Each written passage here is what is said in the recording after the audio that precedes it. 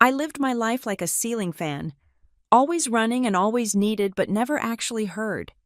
That changed the day I spoke one single sentence at a family dinner, and the whole room froze like someone had cut the audio. From that moment, they did not just want my money, they wanted my identity. The scariest part was discovering they had been using my name for a long time. This story begins with a familiar silence. My name is Everly Hayes, and for most of my life, I have existed in the periphery. I am 33 years old, and if you asked my family to describe me, they would likely pause, frown slightly as if trying to recall a dream from 2 nights ago, and eventually settle on a word like reliable or perhaps quiet. They would not say these words with malice. That is the important part to understand. There is no villain in the opening act of my life, no wicked stepmother locking me in an attic, no father who berates me over breakfast. There is only the soft, suffocating blanket of indifference. I am the background noise of the Hayes family, the low hum of a refrigerator that you only notice when it suddenly stops working. My sister, Delaney, is the melody. She is 2 years younger than me, but she has always taken up twice the space. Delaney is the kind of woman whom sunlight seems to find intentionally. When she walks into a room, the energy shifts. She has a laugh that sounds like champagne glasses clinking, and she has built a life that looks immaculate on Instagram. She is a marketing consultant, or a brand ambassador, or something that involves wearing beige trench coats and holding lattes while looking effortlessly happy. People gravitate toward her. They want to know what she is wearing, who she is dating, and what she thinks about the weather. When Delaney speaks, people lean in. When I speak, people check their watches. I learned to navigate this dynamic early on. I stopped trying to compete for airtime at the dinner table when I was 12 years old. I realized that my stories about science fairs or books were simply commercial breaks waiting to be interrupted by Delaney's drama with the cheerleading squad. It was not that they told me to shut up, it was just that their eyes would glaze over, and my mother, Marla, would start clearing the plates before I had finished my sentence. So, I learned to be concise, then I learned to be silent, and finally, I learned to be invisible. This invisibility served me well in my career. Oddly enough, I work as a senior systems architect for Vantrellis Cyberworks. It is a fictional name to you, but in my world, it is the iron gate standing between global corporations and total digital annihilation.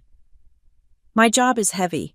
It is 12-hour shifts of staring at cascading lines of code, hunting for anomalies that are smaller than a grain of sand but capable of bringing down a banking system. It is a career built on paranoia and precision. At Vantrellis, I am respected. I am the person they call at 3 a.m. when a server farm in blisters goes dark. I manage teams. I authorize budgets that could buy my parents' house 3 times over, and I hold secrets that could ruin stock markets. To my family, however, I am just the girl who knows how to fix the printer. Whenever the topic of my career comes up at family gatherings, my father, Grant, waves a hand dismissively and says, "Everly does something with computers." He says it with the same tone one might use to describe a teenager playing video games in a basement. They do not know that last year I prevented a ransomware attack that would have compromised the medical records of 4 million people. They do not know that I was promoted 3 times in 5 years. They do not know because they never asked. And I stopped offering the information a decade ago. It is safer this way. If they do not know what I do, they cannot minimize it, and more importantly, they cannot ask for favors beyond the mundane. I moved to Seattle 4 years ago. It was a strategic retreat. I told them I needed to be closer to the tech hub, which was true. But the deeper truth was that I needed to be geographically distant from the feeling of being a ghost in my own home. Seattle suits me. It is gray and rainy, a city that respects introspection. I bought a townhouse in a neighborhood that smells of salt water and pine needles. It is not a small apartment, as I let my mother believe. It is a 3-story sanctuary with floor-to-ceiling windows overlooking the sound. I have a custom kitchen I rarely cook in and a master bathroom with heated floors. I make a significant amount of money. I do not say this to brag. But to state a fact that is relevant to the architecture of my silence, my base salary is nearly $250,000 a year. Not including stock options and bonuses, I could fly first class. I could buy my mother the luxury car she hints about constantly. I could pay off Delaney's credit card debt, which I know hovers around $15,000 because she leaves her statements on the counter when I visit. But I do not. I live well below my means when anyone is watching. I drive a reliable, 4-year-old sedan. I wear clothes that are clean and high quality, but lack visible logos. I have curated an image of just getting by because I know that in my family, money is not a resource to be shared. It is a currency of control. If they knew what I had, the dynamic would shift from indifference to exploitation, and I am not sure which one I fear more. The incident that solidified my resolve. The moment I realized that my role was not just a habit, but a life sentence, happened last Thanksgiving. I had flown home to Port Helmsley, taking the red-eye flight to save time. Though I told them it was to save money, I arrived exhausted, my eyes burning from the dry cabin air. The house was already in chaos. My mother was stressing over the turkey. My father was yelling at the football game on the television, and Delaney was nowhere to be seen. She arrived 2 hours late, breezing through the front door with a store-bought pumpkin pie and a new boyfriend named Travis or Trevor. I can never remember. The greeting for Delaney was a parade. My mother wiped her hands on her apron and rushed to hug her. My father actually stood up from his recliner. "Look at you. You look stunning." "Lainey," my mother cried, touching Delaney's hair. "Is this the new coat you told me about?" "It is gorgeous." I was standing in the hallway, holding my luggage, having been there for 10 minutes without anyone offering to take my coat. I smiled. A reflex muscle memory. "Hello," I said. "Oh. Ev. You are here," my mother said, looking over Delaney's shoulder. "Be a dear and check the thermostat, will you?" "It feels freezing in here." That was my welcome. A chore. I adjusted the thermostat. I peeled the potatoes because my mother said her arthritis was acting up. I set the table. I listened to Trevor or Travis talk about his startup idea for 45 minutes, nodding politely while my brain solved a complex encryption key I had been struggling with at work. I was present, physically, but I was functioning like a utility. I was the electricity keeping the lights on, not a guest at the party. Then, the internet went down. It was a catastrophe of epic proportions. The football game was streaming, and the signal cut out right in the fourth quarter. At the same time, Delaney was trying to show everyone a slideshow of her recent trip to Cabo on the smart TV, and the music streaming to the Bluetooth speakers died. The house plunged into a sudden, awkward audio silence. "Everly." My father shouted, not asking, but commanding. "The thing is doing it again. Fix it." I did not sigh. I did not complain. I simply set down my glass of wine, which I had barely touched, and walked over to the entertainment center. The router was shoved behind a massive oak cabinet, tangled in a rat king of dust bunnies and coaxial cables. I had to get on my hands and knees. I crawled behind the television, the smell of old electronics and dust filling my nose. It was dark and cramped. I had to use the flashlight on my phone to see the blinking orange light that indicated a connection failure. While I was back there, squeezed between the wall and the heavy furniture, I heard the conversation continue in the living room. The silence had only lasted a moment before they filled it with chatter, unconcerned that I was crawling on the floor in my good slacks. "So, how was the flight?" "Lainey," my aunt asked. "Oh, it was fine," Delaney said, her voice bright. "But honestly, the seats are getting smaller," I told Mom. "Next time I am just going to splurge on business class. I work too hard to be cramped." "Good for you." "Honey," my mother said, "you deserve it. You work so hard." I gritted my teeth. I was currently holding 2 dusty cables, rebooting the modem for the 3rd time. My knees were hurting against the hardwood floor. I worked 60-hour weeks. I managed the security protocols for Fortune 500 companies. Delaney worked part-time as a social media coordinator for a boutique that sold overpriced candles. I finally got the sequence right. The lights on the router turned steady green. The television flickered back to life, the roar of the football crowd filling the room. The music resumed. There my father cheered, clapping his hands. Touchdown. He was cheering for the game, not for me. I shimmied backward out from behind the cabinet, brushing gray balls of dust off my black trousers. My hair was static charged and sticking to my face. I stood up, expecting someone to say thank you, just a simple acknowledgement that I had restored their entertainment. But they were gone. Not literally gone, but their attention had shifted entirely. My father was glued to the screen. My mother and aunt were gathered around Delaney, who was opening a gift box my parents had apparently been saving for this moment. It was a designer handbag, a small leather thing that likely cost $600. "Oh my God," Delaney squealed, holding it up. "Mom." "Dad. You shouldn't have. It is beautiful." "We just wanted you to have something special," my mother said, beaming. "We know you have been wanting it." I stood there, wiping grime from my hands onto a tissue I found in my pocket. I had bought my own plane ticket. I had paid for my own ride from the airport. I had fixed their internet. And for my birthday 2 months prior, I had received a card with a $20 gift certificate to a coffee chain I did not even like. It was not about the bag. I could buy 10 of those bags right now without checking my bank balance. It was not about the money. It was about the visibility. Delaney was a person to be celebrated. I was a mechanism to be utilized. I walked to the kitchen to wash my hands. The water was cold.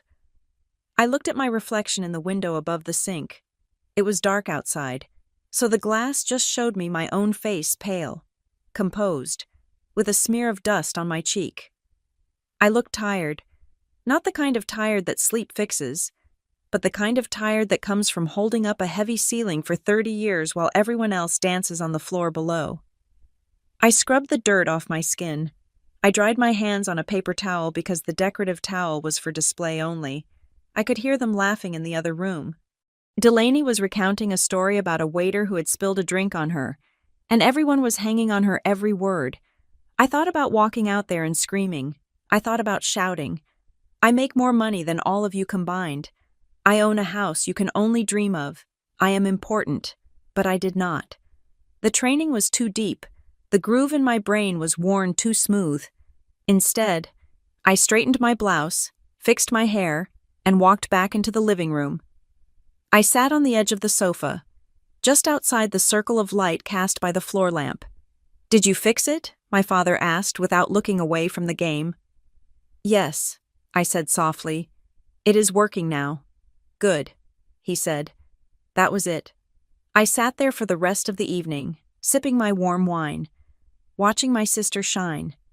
I told myself that I did not need their applause. I told myself that I was above this need for validation. I told myself, it is okay. I do not need the spotlight. I am an adult. I am independent. But as I looked around the room at my mother pouring more wine for Delaney, at my father cheering for a team he did not really care about, at my aunt laughing at a joke she did not hear, I felt a cold realization settle in my chest like a stone. I was telling myself I did not need it because I knew I would never get it. I was rationalizing my own neglect. I was participating in my own erasure, by staying silent, by fixing the Wi-Fi and fading into the wallpaper. I was teaching them exactly how to treat me.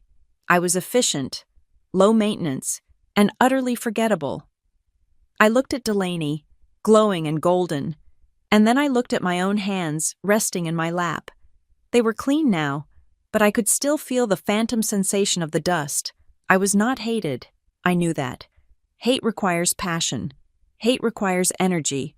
You have to think about someone to hate them. My situation was far more permanent and far more devastating. I was not hated. I just was not counted. The drive to the Port Helmsley Coastal Club was a short one, but it felt like crossing a border between two warring nations.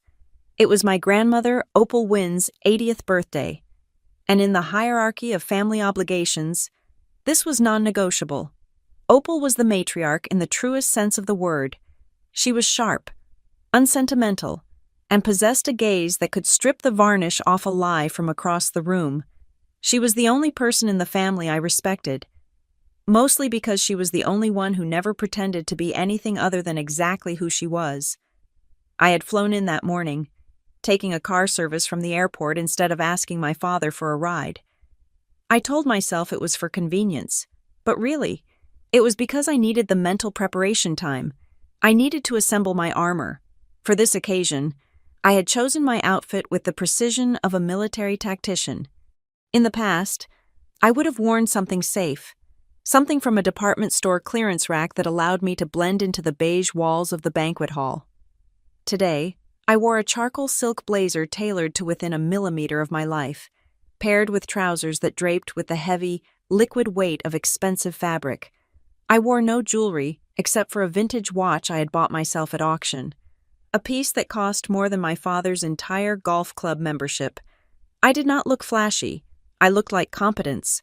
I looked like someone who signed checks rather than waited for them. When I walked into the private dining room, the air was already thick with the sound of my family celebrating themselves. The room was all glass and white linen, overlooking the marina where boats bobbed in the rhythm of the tide. The sunlight was harsh, bouncing off the water and illuminating every pore, every flaw.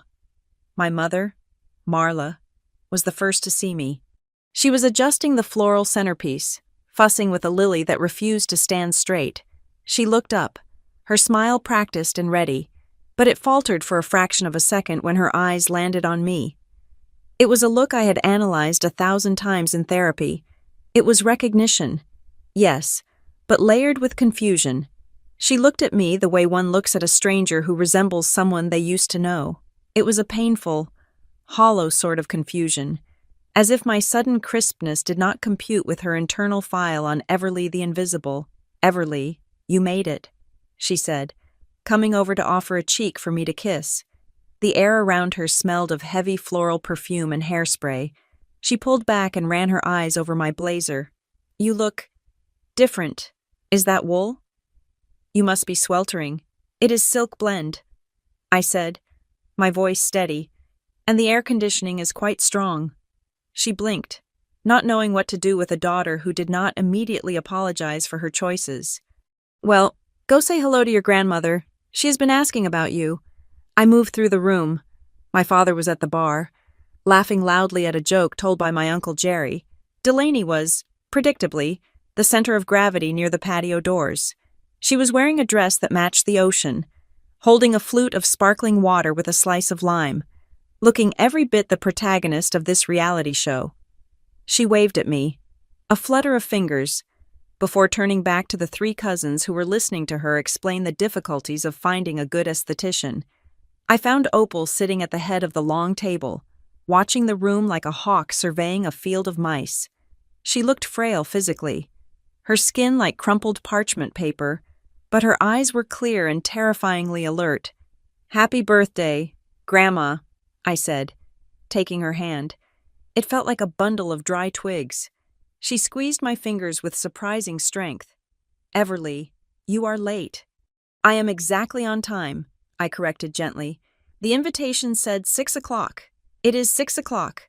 She hummed, a sound that could have been approval or dismissal.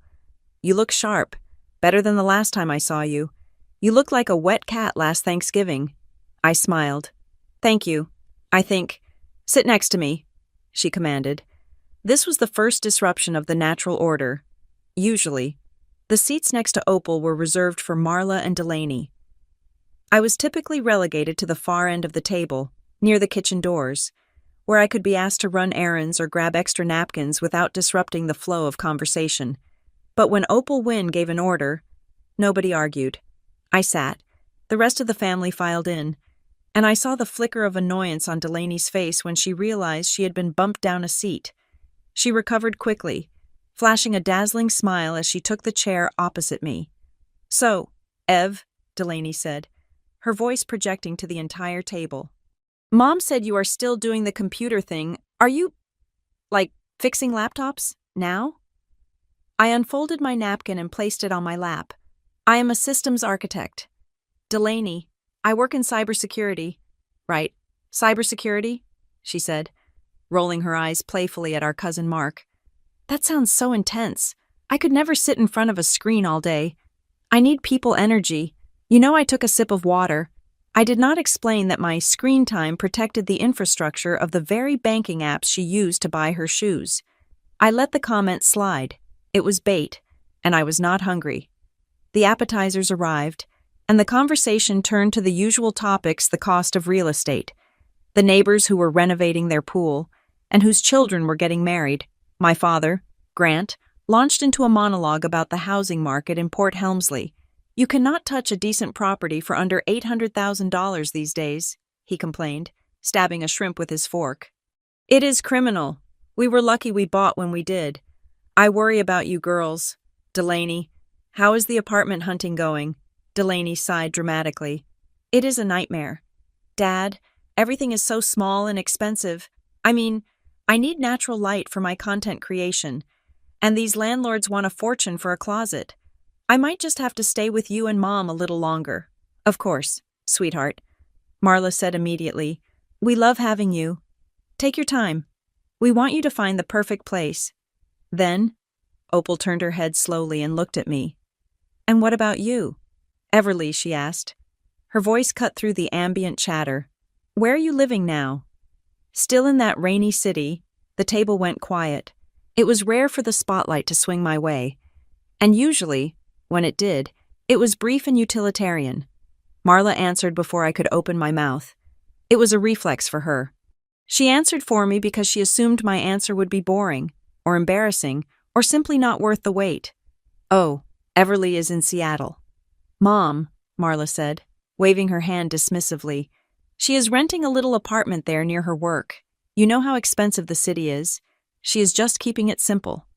I felt the familiar heat rise in my chest.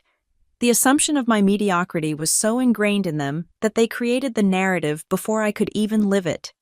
A little apartment. Keeping it simple. They needed me to be small so Delaney could be big. It was the physics of our family universe. But today, the silk blazer felt like armor. Today, I had $250,000 in liquid cash in a high-yield savings account and a portfolio worth double that.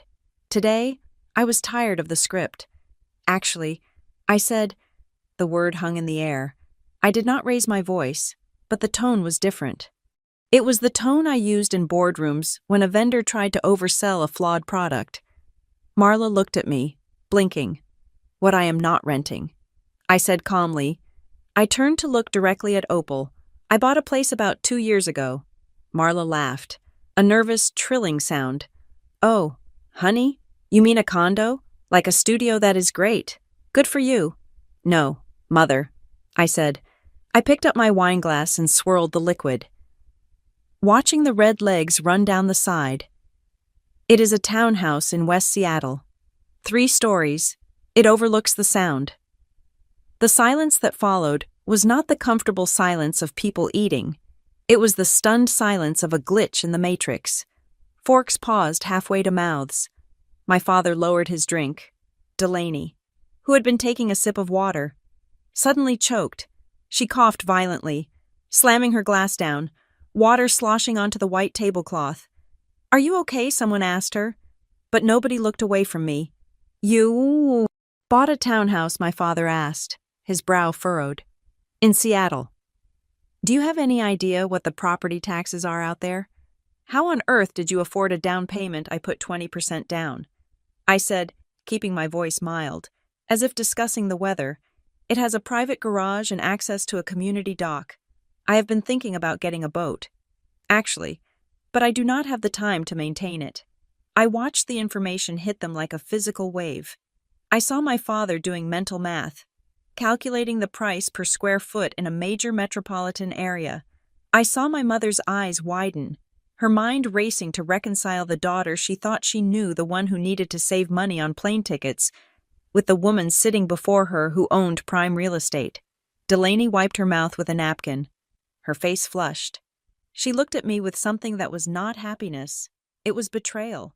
I had broken the rule. I was supposed to be the struggler. I was supposed to be the backdrop, a dock. Delaney repeated, her voice tight. You have a dock shared. I clarified. But it is nice for kayaking. A heavy silence descended again. It was the sound of a paradigm shifting. For 33 years, I had been the ceiling fan functional, invisible, background noise. Now, I was the unpredictable element.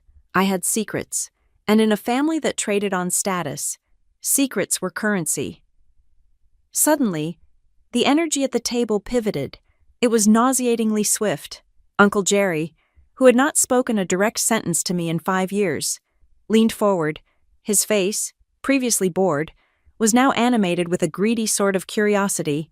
West Seattle. You say, that is an up-and-coming area. Jerry said, smart investment. Very smart. You know, I have been reading about that tech sector boom. You must be doing well at that company. What was it called again? Ventrellis Cyberworks? I said, right. He nodded vigorously. I have heard of them. Big contracts. You must have some serious stock options. Huh, I took a bite of my salmon. It was dry, but I chewed it slowly. I do okay. My father cleared his throat. He looked at me with a sudden, intense scrutiny. He looked like he was seeing a stranger who had walked into his house and sat in his daughter's chair. Why did you not tell us? He asked. It sounded like an accusation. I looked him in the eye. You never asked. Dad, you usually ask if I am still single or if I can fix the Wi-Fi. You never asked about my assets. Marla let out a breathy, uncomfortable laugh. Well, aren't we full of surprises tonight? That is wonderful. Everly, just wonderful. We are so proud. She said the words, but the tone was off. It lacked warmth. It was the tone of someone who realizes they have underestimated an opponent. She reached out and patted my hand, but her touch was brief, retreating quickly as if my skin was too hot to handle. For the rest of the dinner, the dynamic was unrecognizable. The questions came in a barrage. How is the market doing? What do you think about crypto? Is it safe to do online banking? Do you have a guest room? They asked me about interest rates. They asked me about security protocols. They asked me things they would ask a consultant, not a family member. Delaney sat silently for the most part, picking at her salad, her eyes darting toward me every few minutes with a mixture of calculation and fear. She was realizing that her monopoly on success was being challenged, and she did not have a strategy for this.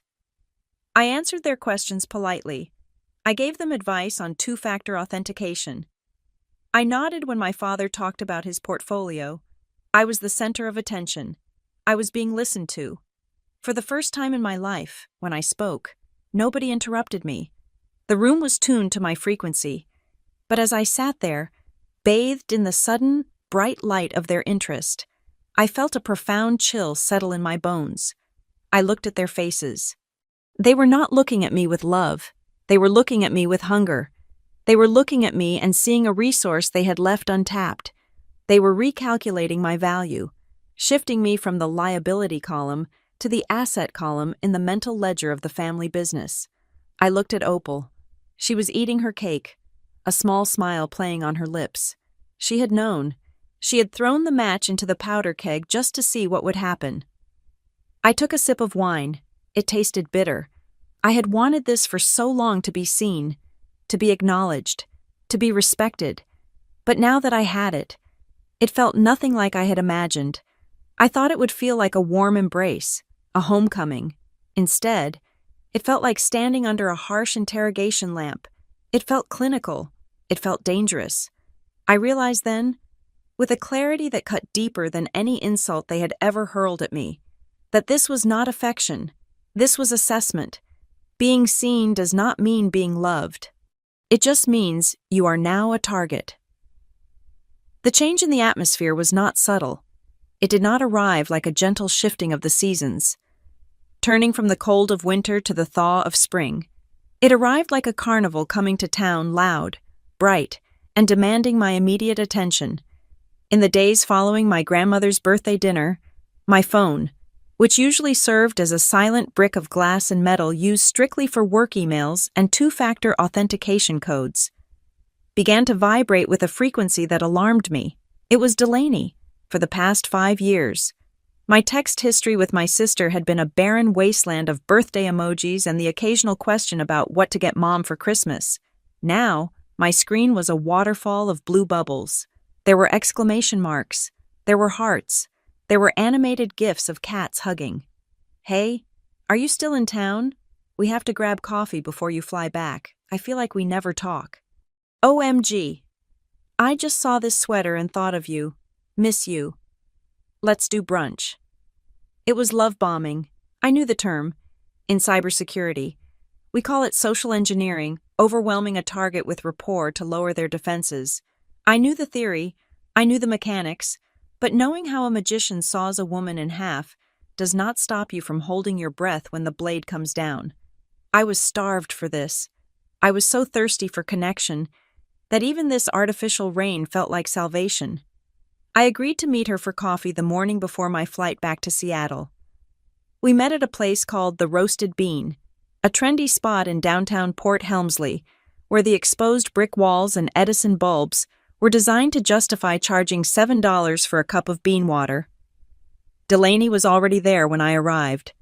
She stood up and waved, a gesture so enthusiastic it drew stares from the other patrons.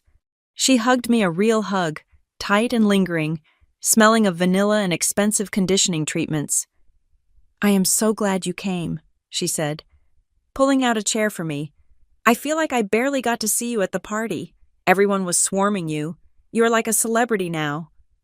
I sat down, keeping my purse close to my body. It was just a dinner. Delaney. No, it was a reveal. She insisted, her eyes wide, serious boss energy. "Ev, I had no idea you were doing so well. I mean, Mom and Dad always made it sound like you were struggling." I ordered a black coffee.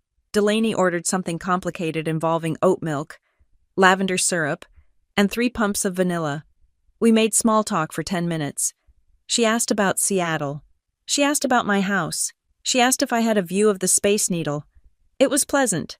It was the kind of sisterly dynamic I had watched in movies and wondered if I would ever replicate. Then, the pivot happened. It was executed with the grace of a ballerina. Delaney sighed, her shoulders slumping dramatically as she stirred her drink. "I love that you have your own place," she said, her voice dropping to a whisper. "I am honestly so jealous, not in a bad way. Just, things are so hard right now. Hard how I asked. Taking the bait because I wanted to be the supportive sister. Everything." She said, "My rent went up by $200 this month." 200? "And my car needs new brakes, and the boutique cut my hours because retail is dying. And honestly, I am just drowning. Ev, I look at my bank account and I just want to cry." She looked up at me, her eyes shimmering with unshed tears. It was a compelling performance. I felt a twinge of genuine sympathy. I remembered what it was like to be 20-something and broke. Though my version of broke involved eating instant noodles in a dark apartment, not complaining about it over $7 lattes, then she dropped the sentence that would ring in my ears for months. "You are so lucky. Everly," she said, shaking her head. You do not have to worry about money. You have it all figured out. It must be so nice to just breathe." Lucky. I had spent 4 years in university studying while she went to parties. I had spent 10 years working 80-hour weeks, missing holidays, ruining my eyesight, and sacrificing my social life to build a career in a high-stress industry. I had saved, invested, and lived like a monk while she bought designer handbags and went to Cabo. But she did not see the work. She only saw the result, to her. My stability was a stroke of luck, a winning lottery ticket I had stumbled upon, rather than a fortress I had built brick by bloody brick. I should have corrected her. I should have said, "It is not luck, it is discipline." But I looked at her face. I saw the way she was leaning toward me, treating me like a confidant, like an equal. If I corrected her, the moment would shatter. The warmth would evaporate. "I guess I am fortunate," I said softly. The bill came. Delaney reached for her purse, but she did it with the slowness of someone hoping to be stopped. She fumbled with the zipper. She checked her phone. "I got it," I said, placing my card on the tray. Are you sure she asked? Her hands freezing instantly. You do not have to. It is fine, I said. My treat. She beamed. The relief on her face was instantaneous. You are the best. Ev, seriously. Thank you. It was a small transaction, $20, but it felt like a key turning in a lock. The next day, I flew back to Seattle. The distance usually provided clarity, but this time, the digital tether remained. 2 days later, my father called. Grant Hayes did not call me unless someone had died or the Wi-Fi password had changed. Seeing his name on my caller ID made my pulse spike. Everly, he said, his voice gruff but lacking its usual dismissive edge. You back in the rain? Yes. Dad, I said, sitting at my desk, looking out at the gray skyline. I am back at work. Is everything okay? Oh, you know, he said, exhaling a long, weary breath. Same old, same old. Your mother is fine. I am hanging in there. What is wrong? I asked. He hesitated. It was a well-rehearsed hesitation. It is this damn insurance. Ev, I went to the specialist for that knee trouble I told you about, or maybe I did not tell you. I do not want to bore you with old man problems. Anyway, the copay is through the roof, and there is this gap in the coverage for the physical therapy. I waited. It is just frustrating. He continued. I worked my whole life, and now I have to dip into the rainy day fund just to walk without limping. It is about $4,000 out of pocket. We have it. Of course, we can pull it from the retirement savings, but there are penalties. And, well, it is just a headache. $4,000. To me, that was a number in a spreadsheet. To him, it was a hurdle. And then, the thought came. The seductive, dangerous thought. I can fix this. I could be the hero. I could be the dutiful daughter. I could be the one he thanked. Dad, I said, my voice steady. Don't touch the retirement fund. I can cover it. There was a silence on the other end. A stunned, heavy silence. Ev, no, he said. But his voice lacked conviction. That is too much. I was not asking for that. I know you were not. I lied. But I want to. It is for your health. I will transfer it today. He let out a breath that sounded like a sob. Honey, I do not know what to say. That is incredibly generous. You are a lifesaver. You really are. Lifesaver. The word tasted sweet. It tasted like acceptance. I transferred the money within the hour. The notification from my bank app popped up, transfer complete, $4,000. It felt like buying a ticket. Then came my mother. Marla did not call. She was more visual. She began sending me photos on WhatsApp, photos of kitchen cabinets, photos of hardwood flooring samples, photos of marble countertops. Look at this, she wrote.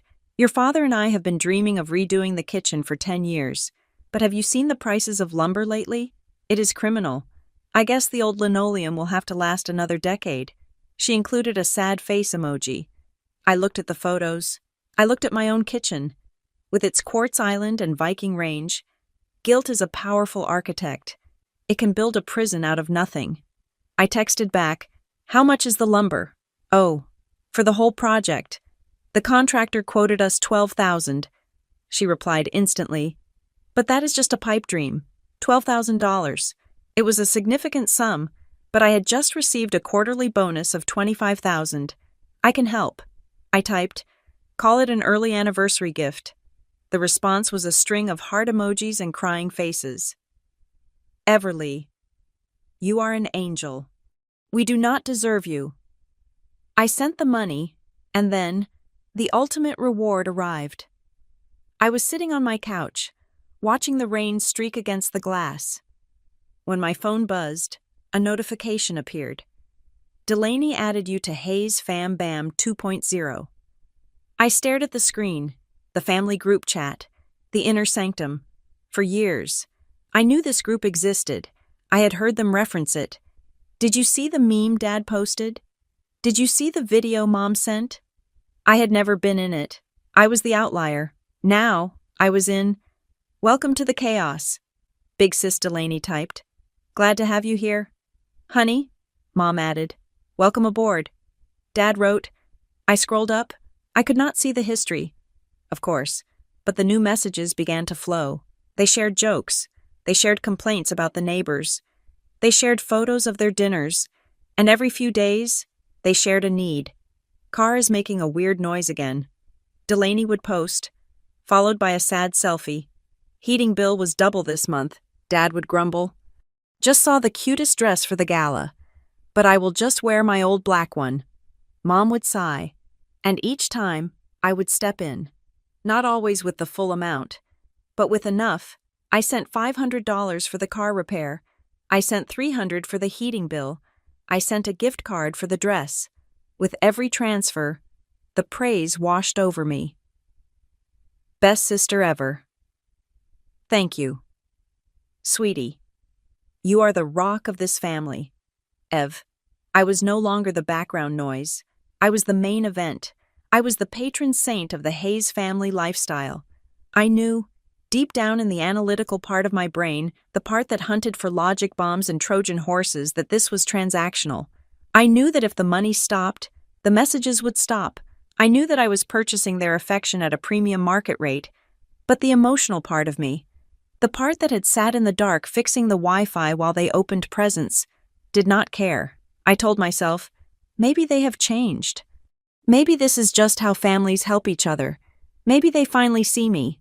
It was a flimsy defense, a cardboard shield against a steel arrow. But I held it up anyway. I was not stupid. I knew exactly what was happening. I was simply willing to pay the price. I sat there one evening, the blue light of the television flickering in my empty living room, and looked at my bank statement. The list of outgoing transfers was a column of red numbers. Transfer to Delaney Hayes, $800.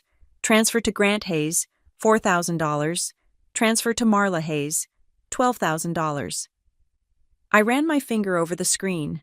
I did not see loss. I did not see exploitation. I saw tuition. I saw dues. I saw the cost of admission to a club I had wanted to join since I was 5 years old. I looked at the group chat, buzzing with activity. My name finally included in the roster of participants. I am in. I whispered to the empty room. I looked at the transfer notification like it was a ticket, stamped and verified, allowing me to finally belong. The phone rang at 11:14 at night. In my line of work, a late-night call usually signifies a disaster. It means a firewall has been breached, a server has overheated, or a hacker has found a backdoor into a database that holds the social security numbers of half the population. My body reacted before my mind did. My pulse spiked, and my hand shot out to the nightstand to grab the device, my brain already cycling through emergency protocols. But it was not work.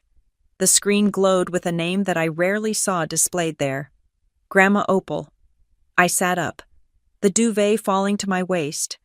The silence of my townhouse was absolute, save for the hum of the refrigerator downstairs and the rhythmic patter of Seattle rain against the glass. Opal never called this late. Opal rarely called at all, preferring to write letters in her sharp, angular cursive because she claimed cell phones made her ears hot. I answered, my voice thick with sleep and sudden worry. Grandma, is everything all right? There was a pause on the other end. It was not the silence of a dropped call. It was the hesitation of someone holding a heavy object, deciding where to set it down so it would not break the floor. Everly, she said. Her voice sounded older than I remembered. It was thin, lacking its usual crisp authority. It sounded like dry leaves scraping together. I am here, I said, sitting up straighter, switching on the bedside lamp. The sudden light made me squint. What happened? Did you fall? Do I need to call the neighbors? No, she said. I am fine. Physically, I am fine. She took a breath. I could hear the static of the line, a low hiss that felt like the distance between Port Helmsley and Seattle stretching out over miles of dark highway. I need to tell you something, she said, and I need you to just listen. Do not interrupt me. Do not ask me questions until I am done. Can you do that? Yes, I said. The dread in my stomach shifted. It was not the panic of a medical emergency anymore. It was something colder. It was the intuition I relied on when I scanned code for malware. Something was wrong with the system. I was at your parents' house today. She began. They had a barbecue. Just a small thing. The neighbors. A few of Grant's golf buddies. Delaney was there. I felt a pang of exclusion. Sharp and familiar. But I shoved it down. I was the one who lived away. I could not expect to be invited to a Tuesday evening barbecue. I stayed late. Opal continued. I was waiting for my ride. Mrs. Gable from down the street was supposed to pick me up, but she was running behind. Your mother thought I was in the guest room napping. I was not. I was sitting in the sunroom, reading. The door to the patio was open. The screen was drawn, so they could not see me, but I could hear them. They were sitting out by the fire pit. I waited. My hand gripped the phone so tightly my knuckles turned white. They were talking about the kitchen renovation. Opal said. Her voice was steady now, stripped of emotion, reporting facts like a court stenographer. Marla was showing off the new catalog for the cabinets. She was so excited about the marble island. I closed my eyes. I had paid for that excitement. I had bought that joy. Your father was laughing, Opal said. He was drinking that expensive scotch he likes.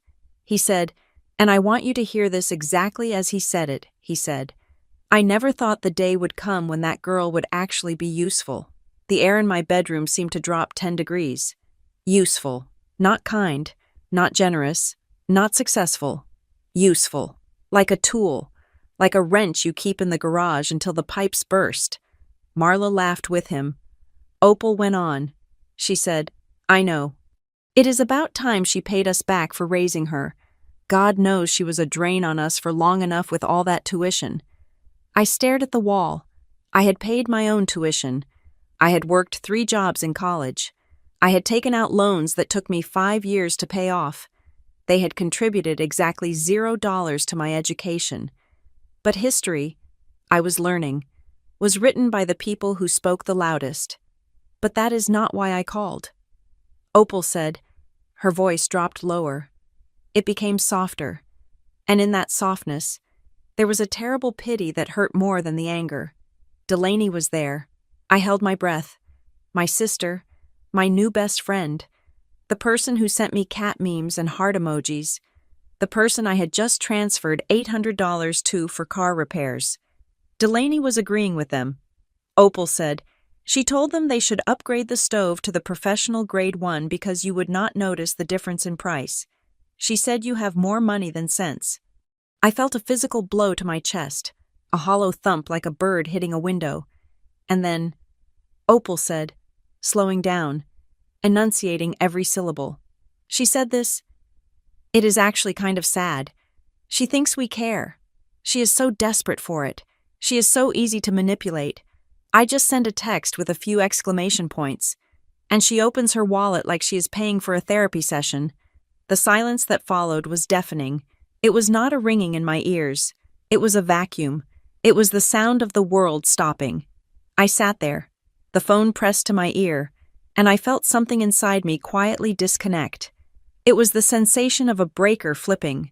One moment, there was power, there was heat, there was light, there was the humming energy of hope. And then, click, darkness. Everly Opal whispered, I am here, I said. My voice sounded strange. It was calm.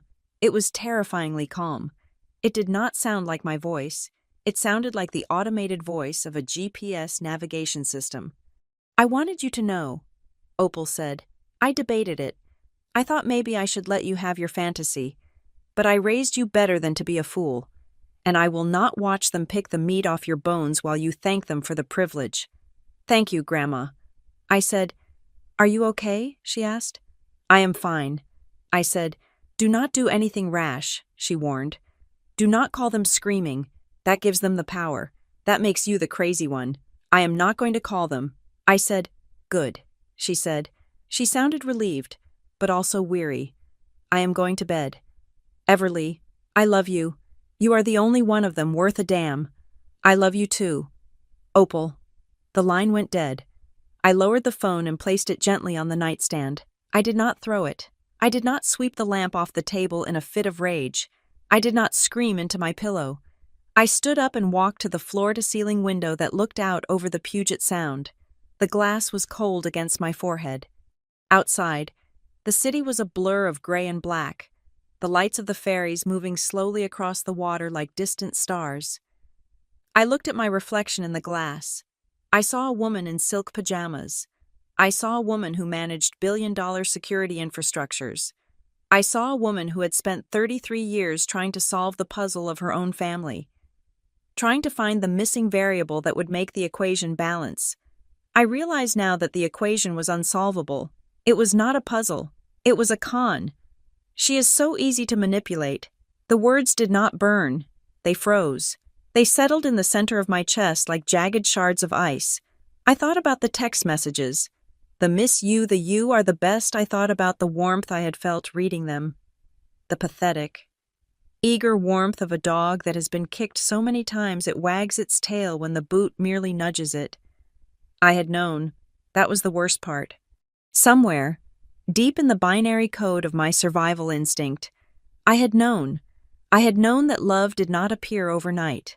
I had known that people do not change their fundamental nature because of a single dinner conversation.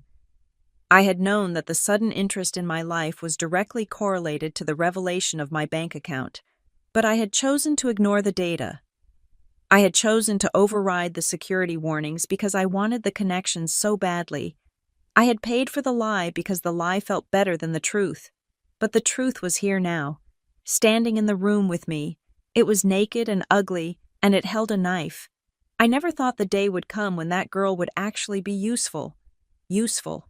I turned away from the window. I walked into my bathroom and splashed cold water on my face.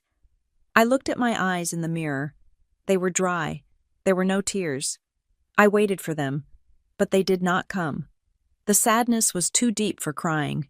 Crying is a release. Crying implies that there is a wound that can be healed. This was not a wound.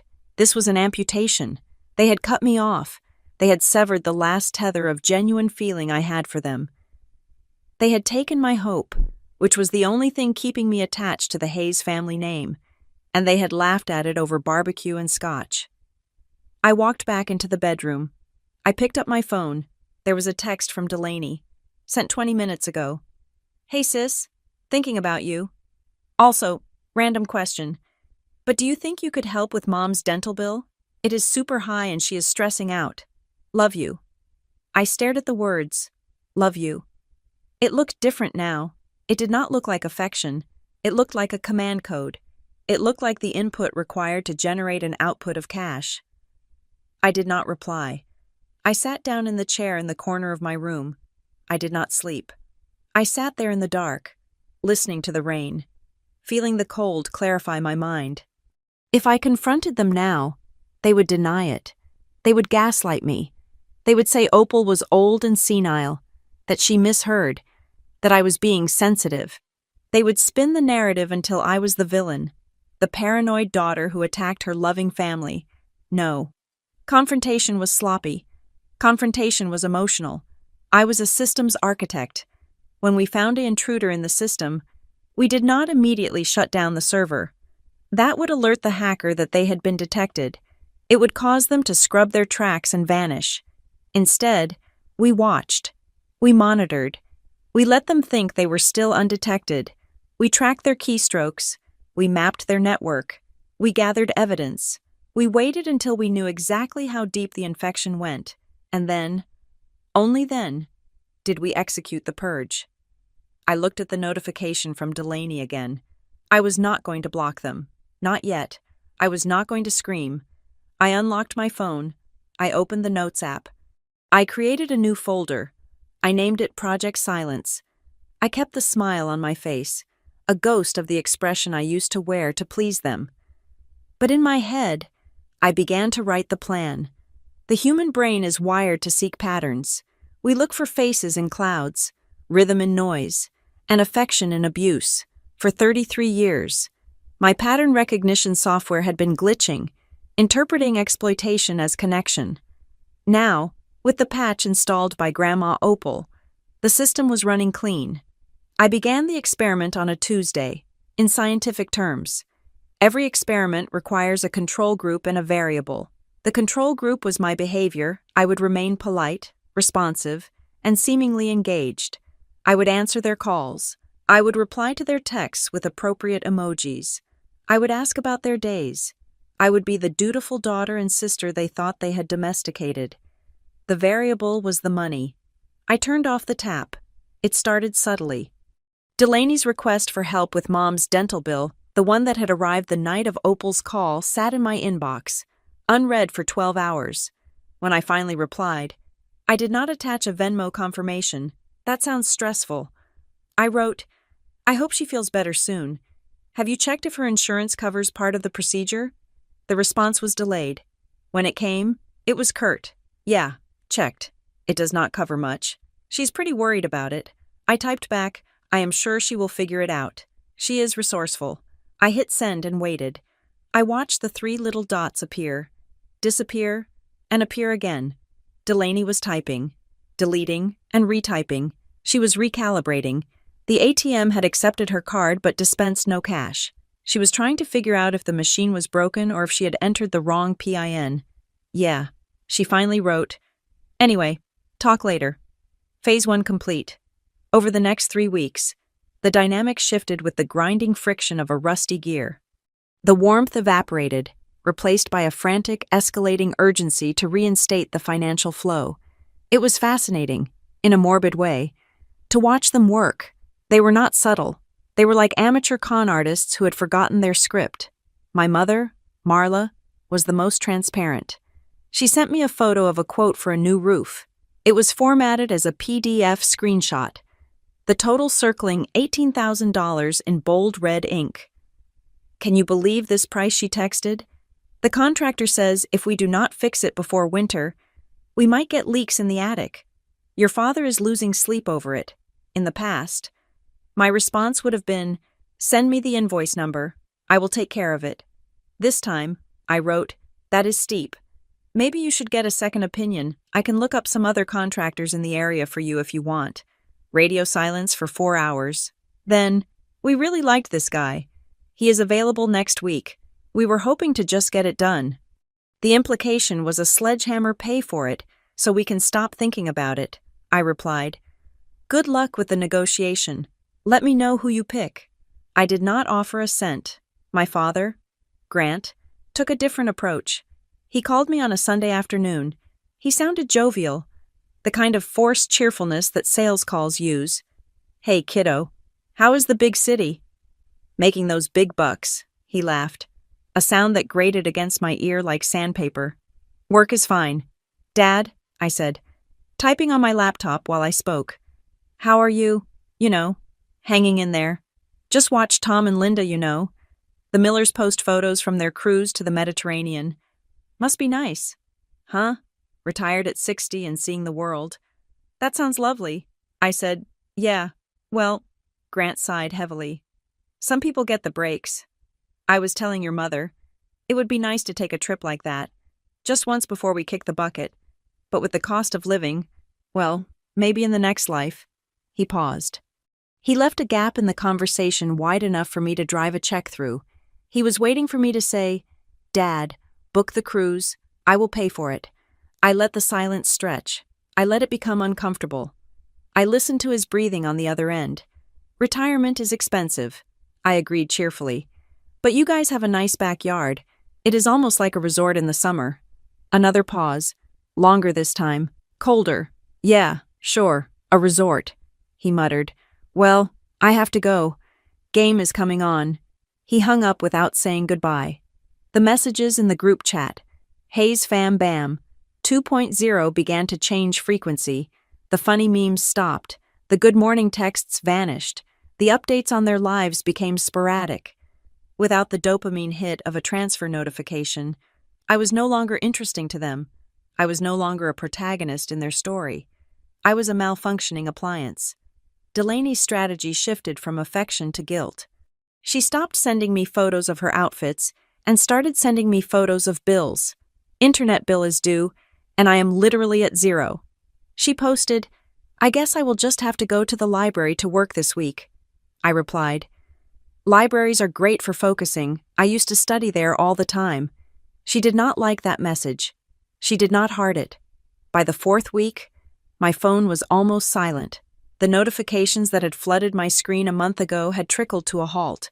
I checked the logs. The drop-off in communication correlated exactly 100% with the cessation of funds. It was a perfect, heartbreaking graph. I sat in my office at Ventrellis, looking at the data visualization I had mentally constructed. It was irrefutable proof. They did not miss Everly. They missed the wallet. They missed the convenience. When the vending machine stopped dispensing candy, they stopped kicking it and simply walked away. It hurt. I will not pretend it did not. There is a specific kind of agony in realizing that your absence is less noticeable than the absence of your money. I felt a phantom limb sensation, the ache of a connection that had never really been there. I grieved for the sister I thought I had reconnected with. I grieved for the parents I wanted to please. But grief, when processed through the filter of betrayal, hardens into resolve. Then, the invitation came. It was mid-November. The holidays were approaching. My phone buzzed with a text from Marla. "Hi, honey. We were talking, and we really want you home for the holidays this year. The big annual party.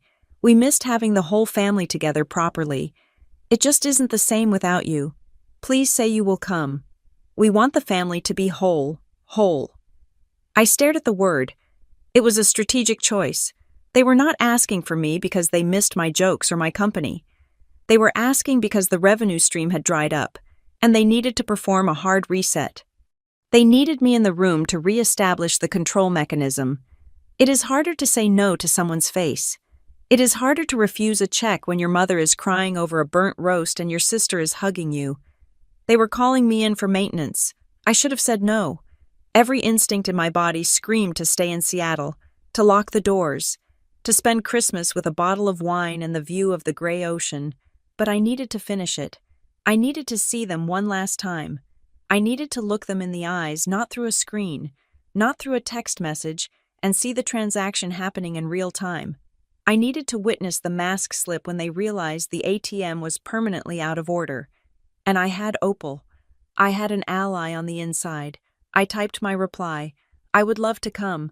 I will be there." "Yay," Marla replied instantly. "Can't wait. It will be magical." I put the phone down. Magical. Yes, it would be magical. Like a disappearing act, I booked my flight. Economy class. I did not need to impress them anymore. I packed my bag. This time, I did not pack the expensive gifts I usually brought. I did not pack the checkbook. I packed my black dress. I packed my recording device, a small, professional-grade dictaphone I used for meetings. I packed the cold, hard realization that I was walking into a trap. But this time, I was the one holding the trigger. I looked around my townhouse. It was quiet. It was mine. I had built a life here that had nothing to do with them, and for the first time, I felt protective of it. I was not going back to Port Helmsley to seek their approval. I was going back to collect the evidence required to close the case file forever. "I am coming home," I whispered to the empty air. But I was not Everly the doormat anymore. I was Everly the architect, and I was about to dismantle the house they had built on my back. The house was staged for a performance. That was the first thought that struck me as I walked up the driveway. The windows were glowing with a warm, inviting amber light that suggested a sanctuary against the cold December wind. There was a wreath on the door, tasteful and dusted with artificial snow. Inside, the air smelled aggressively of cinnamon and roasted meat. A sensory overload designed to trigger nostalgia and lower defenses. It was the olfactory equivalent of a trapdoor covered with leaves. I rang the doorbell. I still had a key, of course, but using it implied a familiarity I no longer felt. I was a guest now, a guest who knew the host was poisoning the wine. My mother opened the door before the chime had even finished echoing. "Everly," she cried out, throwing her arms around me. The hug was tight. It was suffocating. In the past, Marla's hugs had been brief, distracted things, performed while she looked over my shoulder to see if the oven was smoking. Tonight, she held on. She pressed me against her cashmere sweater, rocking me slightly. It lasted 5 seconds too long. It was the kind of hug you give someone right before you ask them for a kidney.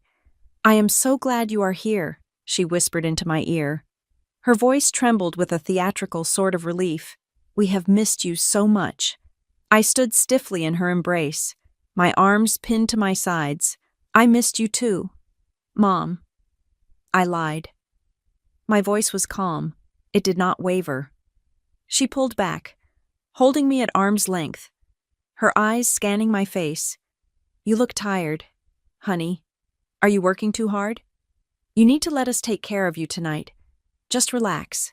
We are all together now." I walked into the hallway. Delaney was there, leaning against the banister in a red velvet dress that looked festive and expensive.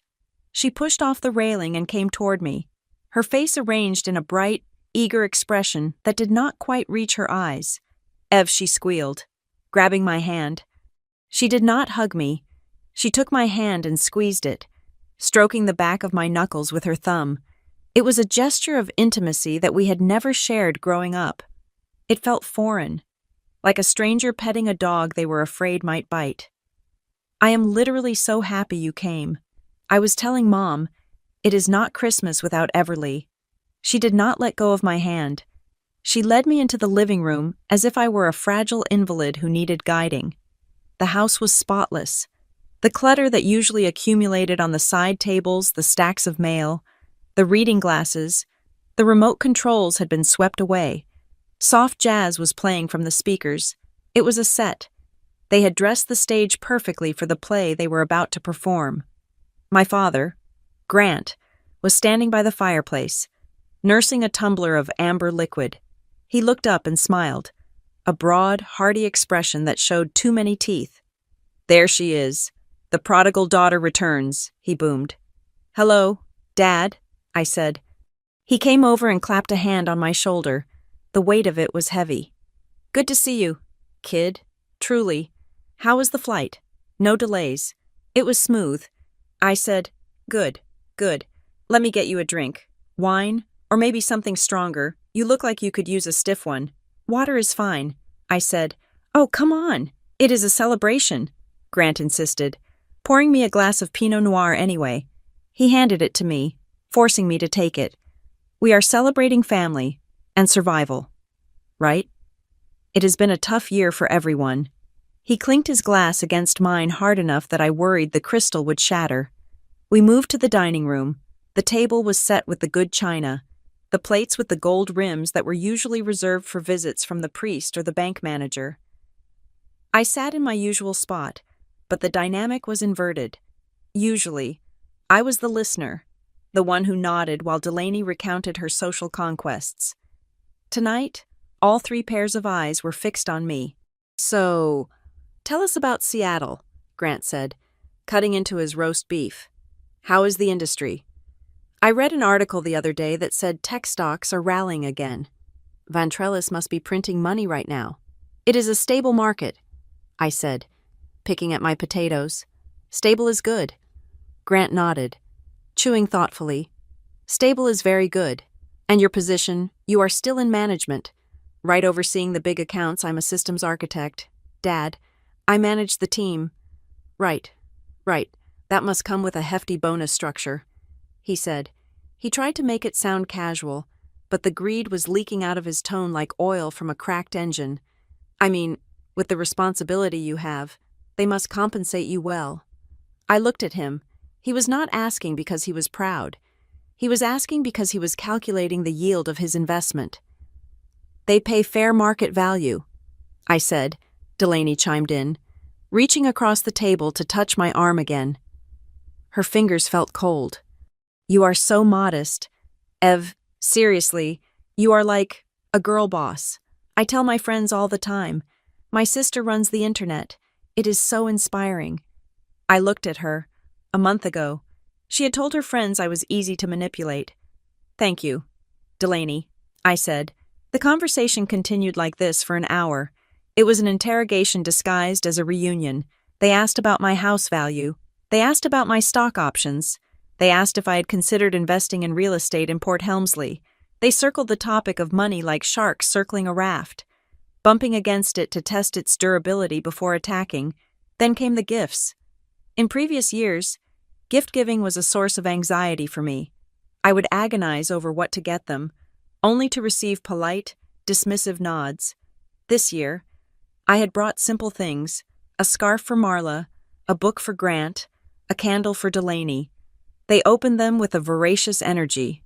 "Oh, I love this color," Marla exclaimed, holding up the gray scarf as if it were spun gold. "It is so soft. Is this cashmere?" "It is wool blend," I said. "It is beautiful," she said, clutching it to her chest. "Thank you, honey. You always have such good taste." Delaney unwrapped the candle. It smelled of pine. She inhaled it deeply, closing her eyes. "This is amazing. I needed this. My apartment smells like stale takeout. You are the best." "Ev," there was no hesitation. There was no polite "you shouldn't have." They took the gifts with the entitlement of people receiving tribute. They did not ask if I had kept the receipts. They did not ask if I had spent too much. They simply absorbed my offerings into their black hole of need. After dessert, a pumpkin pie that Marla had bought from a bakery but claimed to have baked, my mother stood up. She wiped her hands on her napkin with a nervous, fluttering motion. "Why don't we move to the living room for coffee?" she suggested. Her voice was a little too high. "It is more comfortable and, well, there is something we wanted to talk to you about. A family matter." This was it. The trap was springing shut. I stood up. I felt a strange calm wash over me. It was the calm of a soldier who hears the click of a landmine and realizes there is no point in running. We walked into the living room. Grant sat in his armchair. Marla and Delaney sat on the sofa, leaving the single armchair opposite them for me. It was a classic intervention setup, 2 against 1, with the judge presiding. I sat down. I did not take the coffee Marla offered. I folded my hands in my lap. Grant cleared his throat. He leaned forward, resting his elbows on his knees. "Everly, look, we know we have been leaning on you a bit lately, and we appreciate it. We really do. We love you so much," Marla added, nodding vigorously. "But the thing is," Grant continued, ignoring her, "an opportunity has come up. A big one. Your Uncle Jerry knows a guy who is developing a new commercial complex downtown. Ground floor investment. It is a sure thing. Ev, guaranteed returns, but we need liquidity to get in." He paused. He licked his lips. "We were thinking, since you are doing so well, maybe we could pool our resources, make it a family trust. You put up the capital. We manage the investment, and we split the profits. It would set us all up for life. Delaney could finally quit that retail job. Your mother and I could retire properly." He looked at me with shining, predatory eyes. He was asking for hundreds of thousands of dollars. He was asking for my life savings to fund a gamble. Delaney leaned forward. Her face twisted into a mask of hopeful innocence. "It would be amazing. Ev, we could build something together. Hayes family empire. Imagine that." I looked at them. I looked at the staged lighting. I looked at the fake snow on the wreath. I looked at the people who shared my DNA. I did not feel anger. I felt exhaustion. "I'm not going to do that, Dad," I said. The room went still. Grant's smile faltered. "What?" he asked. "I am not investing," I said, "and I am not giving you any more money." Marla laughed, a brittle, cracking sound. "Oh, honey, do not be like that. You have not even heard the details. It is not a gift. It is an investment. I do not need the details." I said. I looked at Delaney. She was staring at me, her mouth slightly open. "I heard about the barbecue," I said. The silence that followed was instant and absolute. It was as if I had sucked all the oxygen out of the room. Grant froze. Marla blinked rapidly. Delaney went pale beneath her makeup. "The barbecue," Marla stammered. "What? What barbecue?" "The one you had a month ago," I said. My voice was soft, level. "The one where you sat by the fire pit. The one where you talked about me." I turned my gaze to Delaney. Do you remember what you said? Delaney. I asked. Delaney's eyes darted to Grant, then back to me. She looked terrified. I do not know what you are talking about. You are being weird. Ev, I did not raise my voice. I did not scream. I just kept looking at her. You said I was easy to steer. You said I opened my wallet whenever you sent a text with an exclamation point. The color drained from her face completely. She looked like a child caught stealing from the collection plate. Marla gasped. She stood up, her hands fluttering. Everly, that is, you must have misunderstood. You know how rumors are. Who told you that? Was it one of the neighbors? People are so jealous of us. They make things up. Grant looked away. He stared at the television screen, which was turned off, reflecting the distorted image of our broken family. He took a long drink of his scotch. He did not deny it. He knew better. I did not misunderstand. I said, I heard the words. Useful. That is the word Dad used. Finally useful. Grant set his glass down. It made a sharp clack against the coaster. Now look here. Everly, you are taking things out of context. We were just venting. Families vent. It does not mean we do not love you. You are being dramatic. Dramatic. Delaney's fear turned into defensive anger. Tears welled up in her eyes. Tears of frustration, not remorse. You are always like this, she cried, her voice rising to a shrill pitch. You always have to be the victim, so what if we said some things? We are stressed. Do you have any idea how hard it is for us? You sit up there in your tower in Seattle with all your money, and you judge us. You have no idea. She was crying now, ugly, heaving sobs. It was a performance, but it was also real. It was the tantrum of a child who has been told the candy store is closed. I stood up. I did not shout back. I did not list the checks I had written. I did not remind them of the internet bills, the car repairs, the roof quotes. Marla reached for me. Everly, please, sit down. Let's talk about this. We can fix this. We are a family. I stepped back, out of her reach. I understand enough. I said, I looked at Grant, who still would not look at me. I looked at Marla, who was trembling.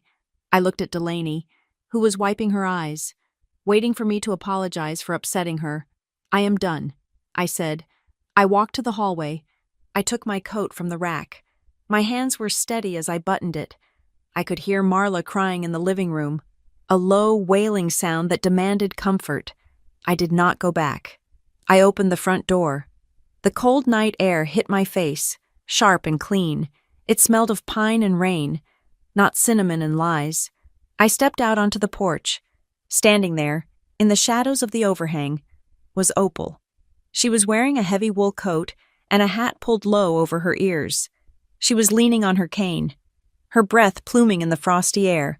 She did not look surprised to see me. She looked like a general waiting for a soldier to return from a reconnaissance mission. She did not say a word. She just looked at me, her eyes dark and intelligent.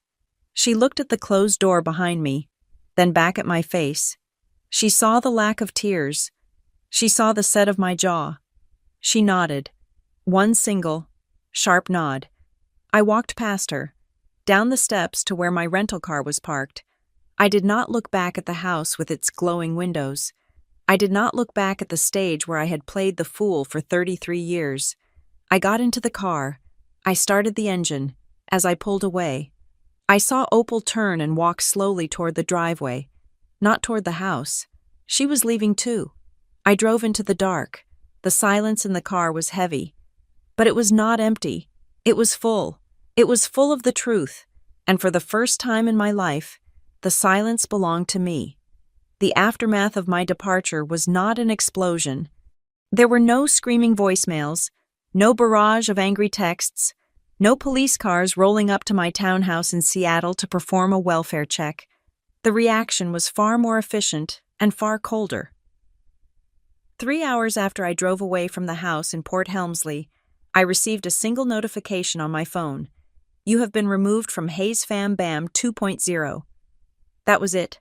I had been deleted. It was a digital exile, a silent confirmation that without the subscription fee of my salary, my membership had been revoked. For the next 2 months, I lived in a state of strange, weightless vertigo. It was the feeling of stepping off a treadmill that had been running at high speed for decades.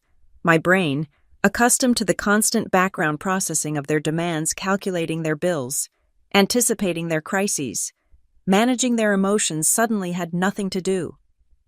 I threw myself into my work at Ventralis. I started seeing a therapist who specialized in family estrangement. I began to sleep for 7 hours a night. I started to believe that it was over.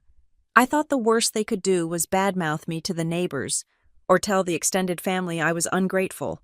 I thought the silence was a truce. I was wrong. The silence was not a truce.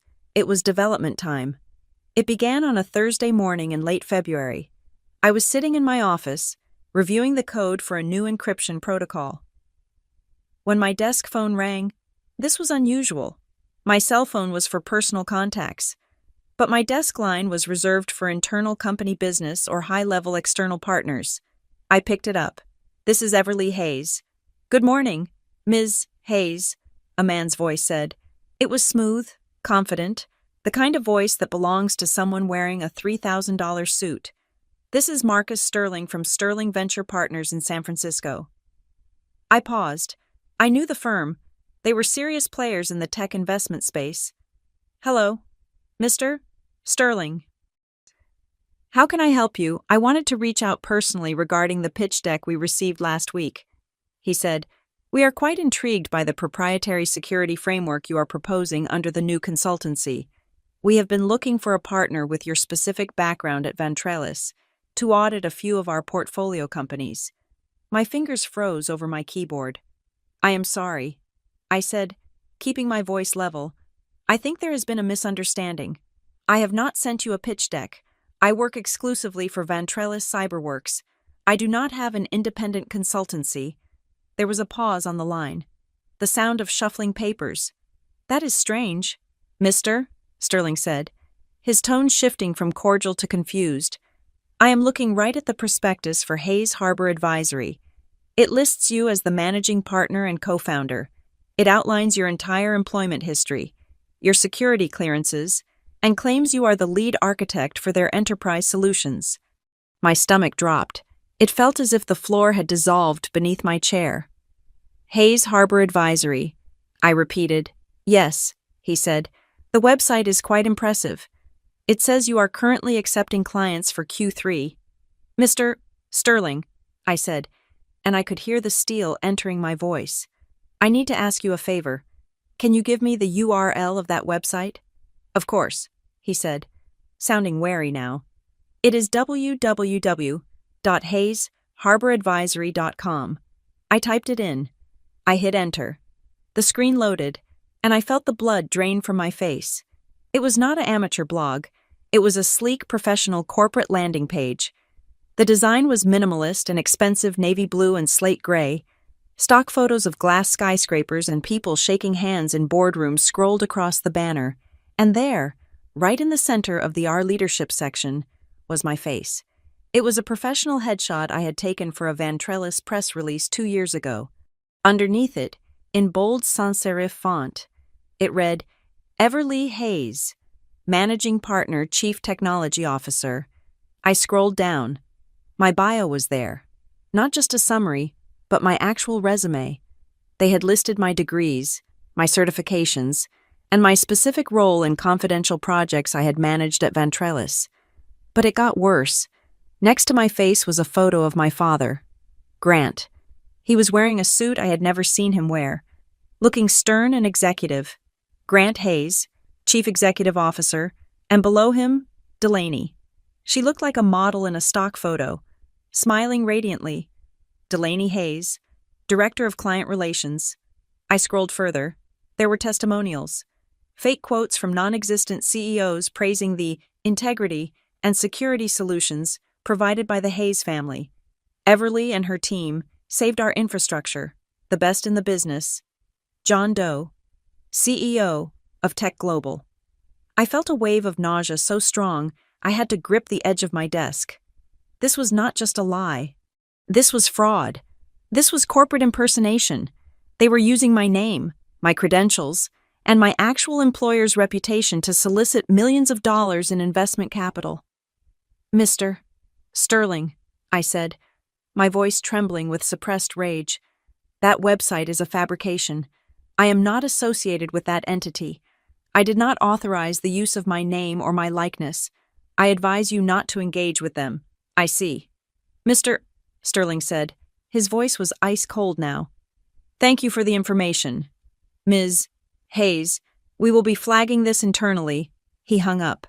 I sat there, staring at the screen. My heart was hammering against my ribs like a trapped bird. This was dangerous.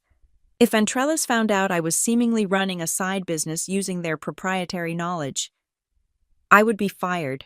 I could be sued. I could lose my security clearance. They were not just spending my money anymore. They were gambling with my entire existence. I looked at the top of the website. There was a Contact Us button. It listed a 1-800 number. I picked up my cell phone. I dialed the number. It rang twice. Thank you for calling Hayes Harbor Advisory, a premier security consulting firm. A voice answered. It was not a recording, and it was not a receptionist. It was my father. He was using his business voice, a deep, affected baritone that he used when he was trying to impress a waiter or a car salesman. Dad, I said. There was a silence on the other end. A long, heavy silence. The bravado evaporated instantly. Everly, he said. His voice dropped to its normal pitch, but there was a tremor in it. What have you done? I asked. I did not scream. I was too horrified to scream. Now, hold on, he stammered. Hold on a minute. You found the site. It looks good, doesn't it? We hired a top developer. Cost a pretty penny, but you have to spend money to make money, right? Take it down, I said. Take it down right now. Everly, be reasonable, he said, his voice taking on a whining, persuasive tone. We are not hurting anyone. We are just leveraging the assets. You have the name. You have the resume. We are just building a front end. I handle the business side. Delaney handles the talking. And you? Well, you are the hook. I am not a hook. Dad, I hissed, I am a person, and this is fraud. You are impersonating a business partner. You are using my security credentials to sell a service you cannot provide. Do you have any idea what happens if my company sees this? Oh, relax, he scoffed. It is just a pitch. We get the investment money first. Then we figure out the delivery. That is how business works. Ev, you fake it until you make it. We are doing this for the family. This is the legacy. You are stealing my identity. I said, I am your father, he shouted, losing his temper. I gave you that identity. I gave you that name. You owe us this. You walked out on us. You cut us off. We had to do something. We have bills. Everly, we have a standard of living. I felt the room spinning. He truly believed it. He truly believed he had the right to harvest my reputation like a crop he had planted. Put Delaney on the phone, I said. She is busy with a client. He said, there are no clients. Dad, it is a scam. Put her on. I heard a fumbling sound, then a muffled argument. A moment later, Delaney's voice came on the line. She sounded breathless, frantic. Ev. Look, do not freak out. You put my face on a website. Delaney, I said, you listed me as a managing partner. We needed credibility, she cried. Nobody listens to us. Nobody takes Grant seriously. But when they see your name, when they see Ventrellis, they listen. We just need to close one deal. Ev, just one. Then we can pay everyone back. We can hire real people. We can make it real. You are lying to investors. I said, we are selling a dream, she screamed. That is what you do. That is all you do. You sell safety. We are just selling the idea of you. Why do you have to be so selfish? Why do you have to ruin everything? I closed my eyes. Selfish. They were committing a felony, and I was the selfish one for noticing. How many people have you called? I asked. How many pitch decks have you sent out? I do not know. A few dozen, she said, her voice wavering. We have a meeting next week with a local angel investor. He is really interested. Ev, he's talking about a 6-figure seed round. Please, just let us have this. Just stay quiet for 2 weeks. That is all I ask. Stay quiet. That was their strategy. They banked on my silence. They banked on the fact that I had spent 33 years being the background noise, the fixer, the one who absorbed the mess so they could shine. They thought I would be too afraid of the scandal to expose them. They thought I would protect them to protect myself. You are going to jail. Delaney, I said softly. Don't you dare, she hissed. If you report us, you go down too. Your name is all over this. You think your company will believe you didn't know you are the managing partner. You are complicit. It was a threat, a clumsy, desperate threat, but a threat nonetheless. I looked at the website on my screen. I looked at my own smiling face, distorted by their greed. I hung up the phone. I sat in the silence of my office. The hum of the servers in the room next door sounded like a heartbeat. I realized then that the tragedy was not that they did not love me. The tragedy was that they had underestimated me. They thought I was just a source of money. They forgot what I actually did for a living. I was a systems architect. I specialized in identifying threats, isolating compromised nodes, and neutralizing them. I picked up my mouse. I did not call my parents back. I did not call the police, not yet. I opened a new email window. I typed in the address of the General Counsel at Ventrellis Cyberworks. Subject urgent. Unauthorized use of corporate identity/external fraud report. They wanted to use my name fine. I would make sure my name was the last thing they ever wanted to hear. I was not the victim of a family drama anymore. I was the lead witness in a federal investigation, and I was about to burn the Hayes Harbor Advisory to the ground before they could cash a single check. The transition from daughter to plaintiff is not a sudden leap. It is a slow, agonizing crawl through a field of broken glass. But once you reach the other side, the pain turns into a cold, hard clarity. I did not cry after I hung up the phone with my sister. I did not throw a vase against the wall. I did exactly what I would do if a hostile actor had compromised a server at Ventrellis. I engaged the incident response protocol. The first step was containment. I hired Julian Thorne the next morning. Julian was not a family law attorney. He was a shark in a bespoke suit who specialized in intellectual property theft and corporate fraud. His office was in a glass tower that looked down on the city, and he listened to my story with the dispassionate focus of a surgeon assessing a tumor. So, let me get this straight, Julian said, steepling his fingers. They have misappropriated your name, your likeness, and your professional credentials to solicit venture capital for a shell company that has no assets, no employees, and no product. Correct, I said, and they have threatened that if you expose them, you will be implicated as a co-conspirator. He added, Yes. Julian let out a short, dry laugh. It was the first time I had felt safe in weeks. That is adorable, he said. It is also extortion. We are going to bury them, Everly. But we have to move fast. If they take a single dollar from an investor, this moves from civil liability to federal wire fraud. We drafted the cease and desist order within the hour. It was not a polite request. It was a legal grenade.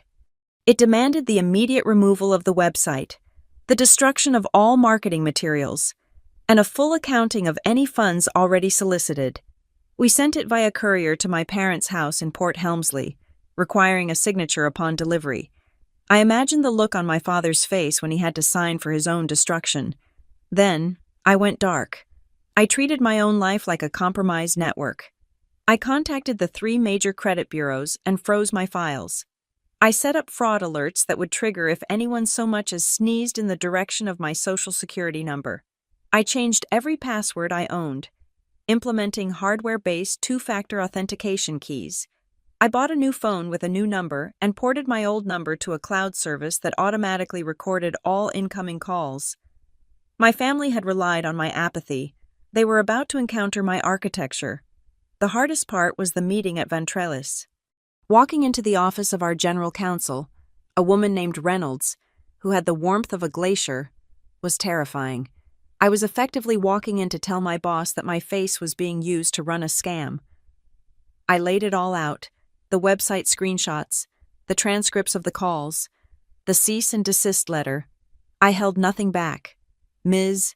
Hayes, Reynolds said, looking over her glasses. "You understand that if we had discovered this on our own, we would have terminated you immediately." "I know," I said, keeping my hands folded on my lap to hide the shaking. "That is why I am bringing it to you. I am the victim of identity theft. I am taking legal action to shut it down. I value my position here, and I wanted to get ahead of the narrative." She looked at the documents again. She looked at the fake bio of Delaney. She looked at the fraudulent claims about Ventrellis. She closed the file. "We will support you," she said. "In fact, our trademark team will be sending their own letter regarding the unauthorized use of the Ventrellis logo. It carries a little more weight than a personal cease and desist." I breathed for the first time in 20 minutes, but the clock was ticking. The website was still up, and I knew my father. He was stubborn. He would think the lawyer's letter was a bluff. He would think I was just trying to scare him. He would try to close a deal before the walls came down. 2 days later, my vigilance paid off. I had set up a listening algorithm to scan industry forums and investment boards for mentions of Hayes Harbor. It pinged on a Tuesday afternoon. A post on a local angel investor network in the Pacific Northwest mentioned a promising security startup seeking seed funding, with a meeting scheduled for Thursday. I did some digging. The poster was an associate of a man named Arthur Vance, a retired software tycoon who liked to fund local projects. I called Arthur Vance directly. "Mr. Vance," I said when he answered, "you do not know me, but I believe you are about to make a transfer of $50,000 to a firm called Hayes Harbor Advisory." "Who is this?" he asked, sounding annoyed. "This is Everly Hayes," I said, "the person listed as the managing partner on the deck you are holding." There was a silence. "I am calling to inform you that I am not a partner." I continued, "I am not a founder. I have never met the people pitching you. Other than the fact that they are my estranged relatives, there is no algorithm. There is no team. If you transfer that money, you are throwing it into a furnace." He asked me 3 questions to verify my identity. I answered them with technical specifics that only the real architect would know. "My God," he whispered, "I have the wire instructions right here on my desk. I was going to send it this afternoon." "Do not send it," I said, "and do not tell them I called. Just tell them your due diligence found some irregularities. I saved his money. I saved my reputation." But the rage inside me was beginning to curdle into something colder. They had been hours away, literal hours, from stealing $50,000 using my face. I needed to know how they were doing it. My father could barely convert a Word document to a PDF. Delaney used her laptop primarily for shopping. Neither of them had the technical skill to build a site that looked that professional, or to set up the encrypted email servers they were using. I went hunting. I pulled the WHOI's data for the domain. It was privacy protected, of course. But every digital action leaves a fingerprint. I analyzed the source code of the website. I looked at the metadata on the stock images. I traced the hosting provider to a server farm in Oregon. I found a breadcrumb in the SSL certificate registration. It was linked to an email address that was not my father's or Delaney's. Brandon K. _design.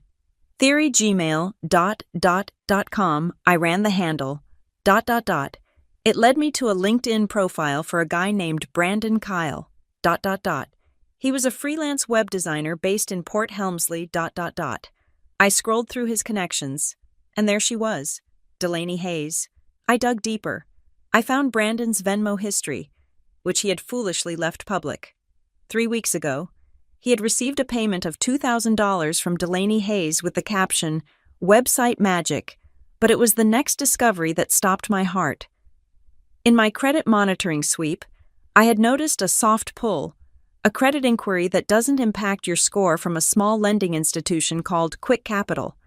It had happened a month ago, right around the time the website went live. I had assumed it was a glitch, but now, with my lawyer's help, I requested the documentation associated with the inquiry. Julian called me into his office the next day. He looked grim. "We got the file from Quick Capital," he said, sliding a piece of paper across the desk. It was a loan application for $20,000, a short-term business bridge loan. The applicant was Hayes Harbor Advisory. The guarantor was Everly Hayes. And at the bottom of the page, in blue ink, was my signature. I stared at it. It was a decent forgery. It had the loop in the E that I used to do in high school. A style I had abandoned years ago, but which my family would remember. "This is not my signature," I said quietly. "I know," Julian said. "But the money was dispersed. They got the 20 grand. They used it to pay Brandon, to pay for the hosting, to buy the suits they are wearing in the photos. They forged my signature to get a loan." I said, "That is bank fraud. That is identity theft. That is a felony." Julian nodded. "If we take this to the police?" "Everly. They go to prison. Not for a weekend. For years." I looked at the signature again. I thought about the barbecue. I thought about the word useful. They had not just stolen my money. They had stolen my name to enslave me to a debt I did not authorize. They had legally shackled me to their lie. I was about to tell Julian to call the police when my phone buzzed. It was a message from Grandma Opal. She had been my silent operative inside the house. I had asked her not to intervene, just to observe. "Check your mail." The text read, "I sent you a package. Found something in the trash." I drove home.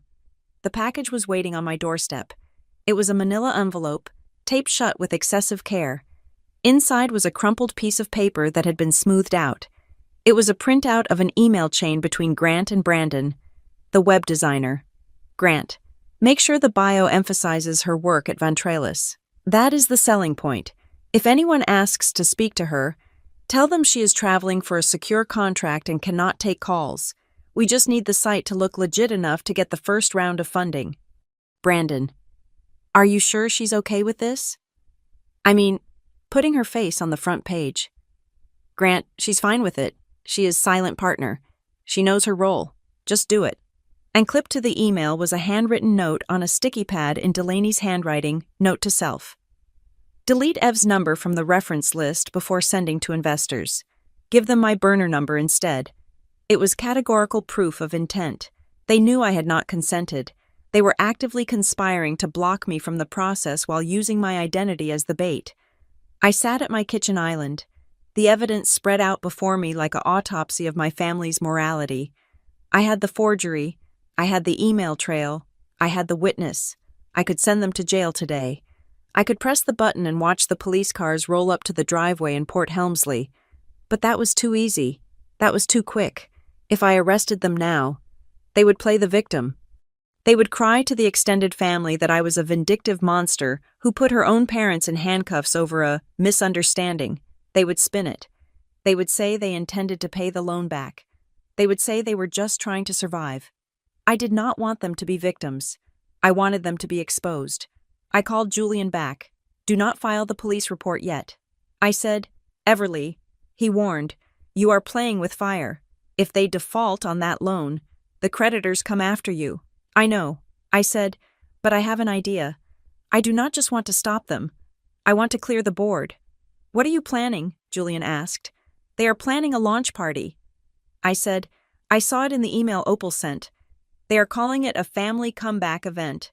They are inviting everyone, the investors, the neighbors, the relatives.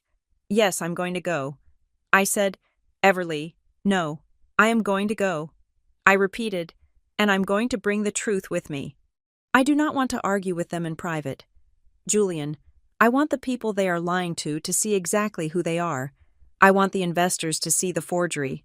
I want the neighbors to see the fraud. There was a long pause on the line. I could hear Julian thinking. "If you do this," he said slowly, "you have to be perfect. You have to be calm. You cannot lose your temper. You have to walk in there, drop the evidence, and walk out. It has to be a surgical strike. I am a systems architect, Julian." I said, "Surgical strikes are my job." I hung up. I looked at the forged signature one last time. It looked pathetic now. It looked like the desperate scratching of people who were drowning and trying to climb on top of me to breathe.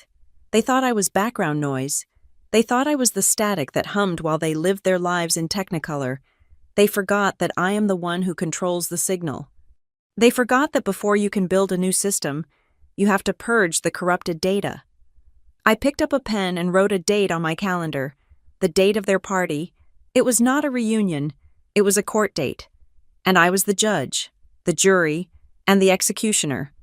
The envelope arrived on a Tuesday, gray and nondescript, sitting atop a pile of junk mail and utility bills. It had no return address. The handwriting, however, was as familiar to me as my own signature. It was my mother's script looping, decorative, and frantic, the pen pressing hard enough to indent the paper. I did not open it immediately. I carried it into the kitchen and placed it on the granite countertop. I made a cup of tea. I watched the steam rise, counting backwards from 10, regulating my heart rate. In my line of work, you never open a suspicious file without first isolating it in a sandbox environment. My kitchen was the sandbox. When I finally slit the envelope open, two things fell out: a single sheet of lined notebook paper and a photograph. I picked up the letter first. "My dearest Everly," it began. I flinched. The endearment felt like a weapon. "I know you are angry. I know you think we have done something terrible. But I need you to understand that everything we do for this family. We were drowning. Ev, your father was so scared about the future. Delaney was losing hope. We saw a way out. And yes, maybe we borrowed your name for a little while. But is that such a crime? We gave you that name. We raised you. We supported you when you were nothing." I paused, reading that line again. When you were nothing, we did not want to bother you with the details because we know how busy you are with your important job. We wanted to surprise you. We wanted to present you with a success story, not a burden. We wanted you to be proud of us for once. Please, honey, call us. Call the lawyers off. Do not destroy your own flesh and blood over a misunderstanding. We love you more than anything. Love, Mom. There was no apology, not a real one.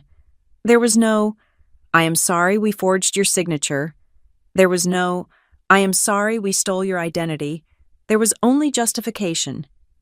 It was a masterpiece of emotional manipulation, framing their crime as a desperate act of love and my boundaries as an act of cruelty. I put the letter down. My hand was shaking, not with sadness, but with a cold, vibrating rage. Then, I picked up the photograph. It was an old 4x6 print. The colors faded to a warm, nostalgic sepia. It must have been taken 25 years ago. It was a candid shot of the living room in our old house. In the background, my father was sitting on the sofa, laughing at something on the television. My mother was next to him, holding a glass of wine, her head thrown back in amusement. Delaney, a toddler then, was playing with a pile of bright plastic blocks on the rug, clapping her hands. And there, in the foreground, tucked away in the corner of the frame, was me. I was perhaps 8 years old. I was not playing. I was not watching television. I was sitting cross-legged on the floor. My brow furrowed in intense concentration. In my small hands, I held a broken portable radio. I had a screwdriver, one I must have taken from my father's toolbox without asking, and the back of the radio was open. I was fixing it. I remembered that radio. My father had been ready to throw it out because the dial was stuck. I had fished it out of the trash. I spent 3 hours realigning the internal mechanism.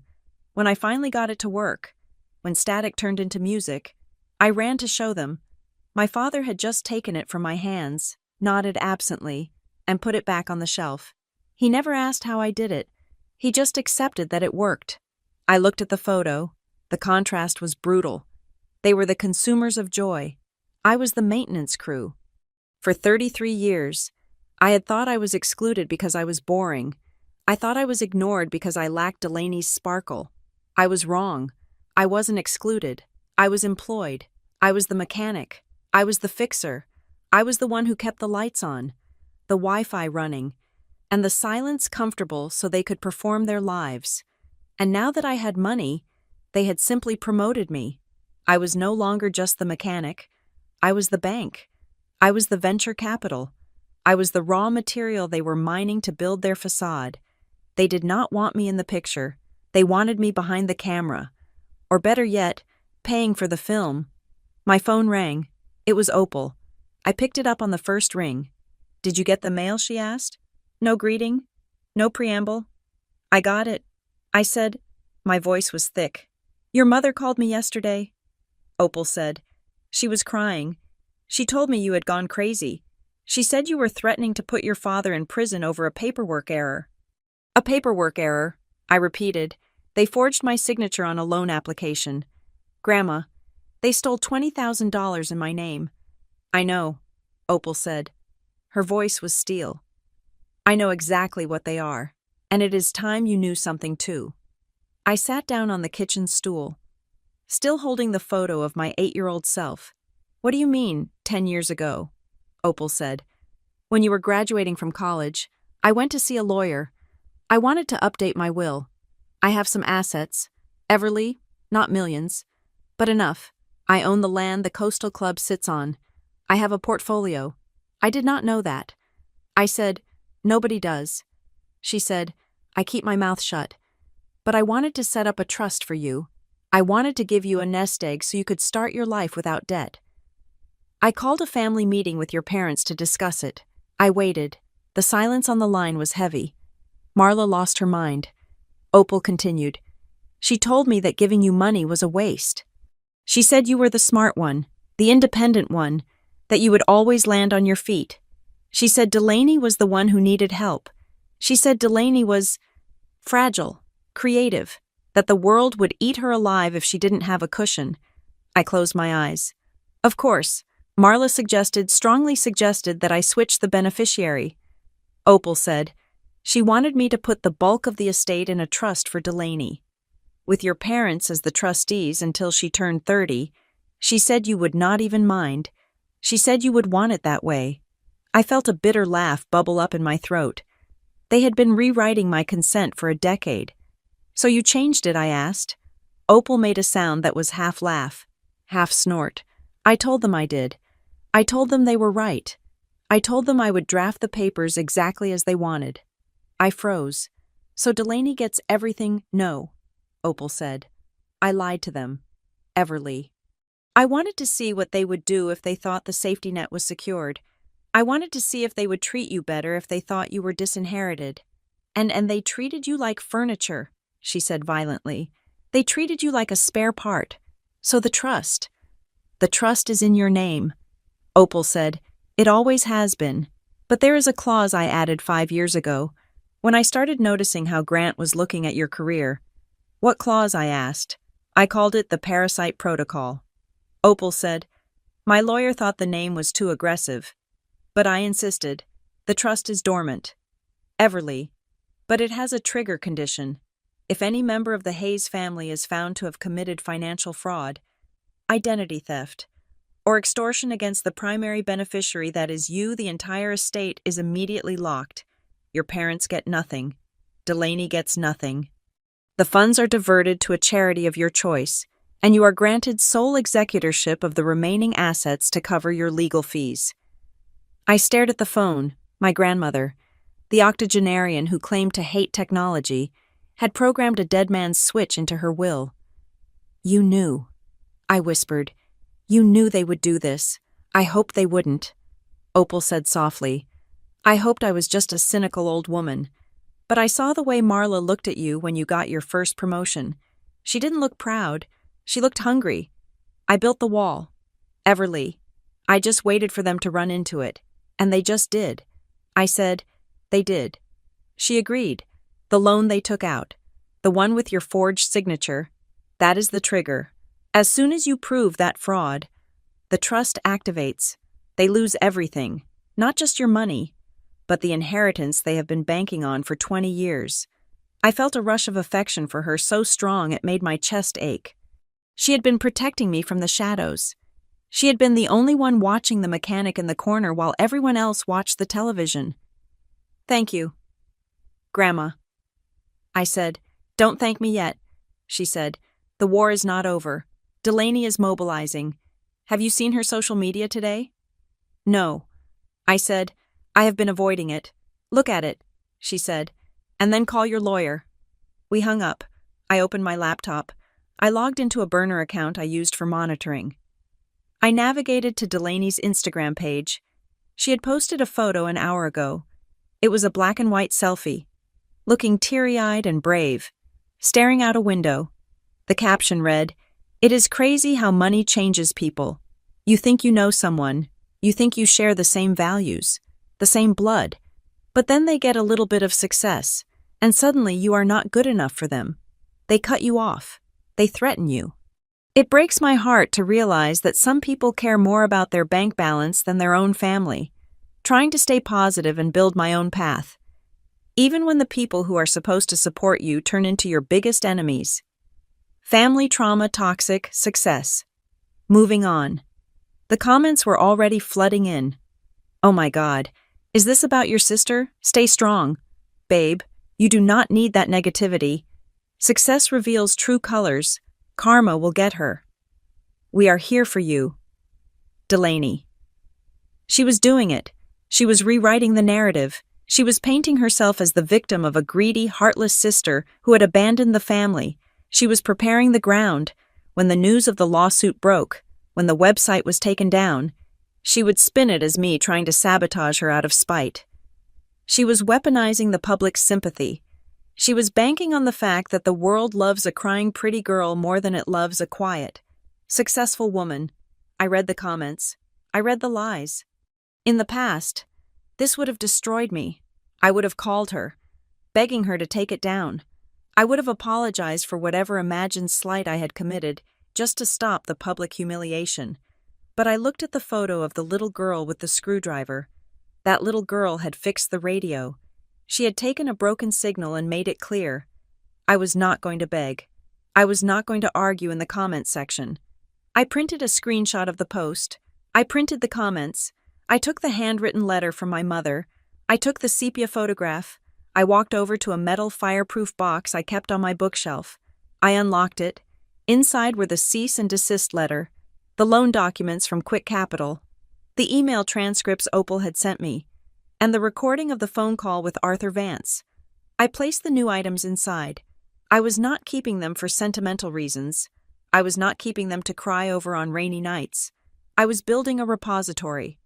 Delaney was telling a story. She was writing a drama where she was the heroine. I was compiling a case file. I looked at the box. It was almost full. There was only one thing left to add, the climax. I picked up my phone and texted Julian, my lawyer. They are escalating. I wrote, "Delaney is controlling the narrative online." Julian replied instantly, "Do you want to send a defamation notice? No." I typed, "Let her talk. Let her dig the hole deeper. The more she claims to be the victim, the harder she falls when we show the evidence." "Are you still going to the party?" he asked. "Yes." I wrote, "I will be there." I closed the box. The lock clicked with a satisfying snap. They thought they were fighting a family feud. They thought this was about feelings, about guilt, about who called whom on Christmas. They did not realize they were fighting a forensic audit. I looked at the little girl in the photo one last time before the lid closed. "You fixed the radio," I told her silently. "Now I am going to fix the signal." I turned off the lights in the kitchen. The darkness was not scary. It was tactical. I was ready for the final act. The Harbor Light Community Hall was dressed up to look like a ballroom, but underneath the rented chandeliers and the heavy velvet drapes, you could still smell the floor wax and old coffee of a municipal building. My sister and parents had done their best to mask the reality. Just as they had done with their lives, there were gold balloons, a string quartet playing in the corner, and a large banner draped across the stage that read, "Strategic Partners, Investing in Tomorrow." They had changed the name. It was a clumsy, panicked pivot, a reaction to the cease and desist letter I had sent a week prior. They thought that by swapping Hayes Harbor Advisory for Strategic Partners, they had outsmarted the legal system. They thought they had scrubbed the fingerprints off the crime scene just by changing the sign on the door.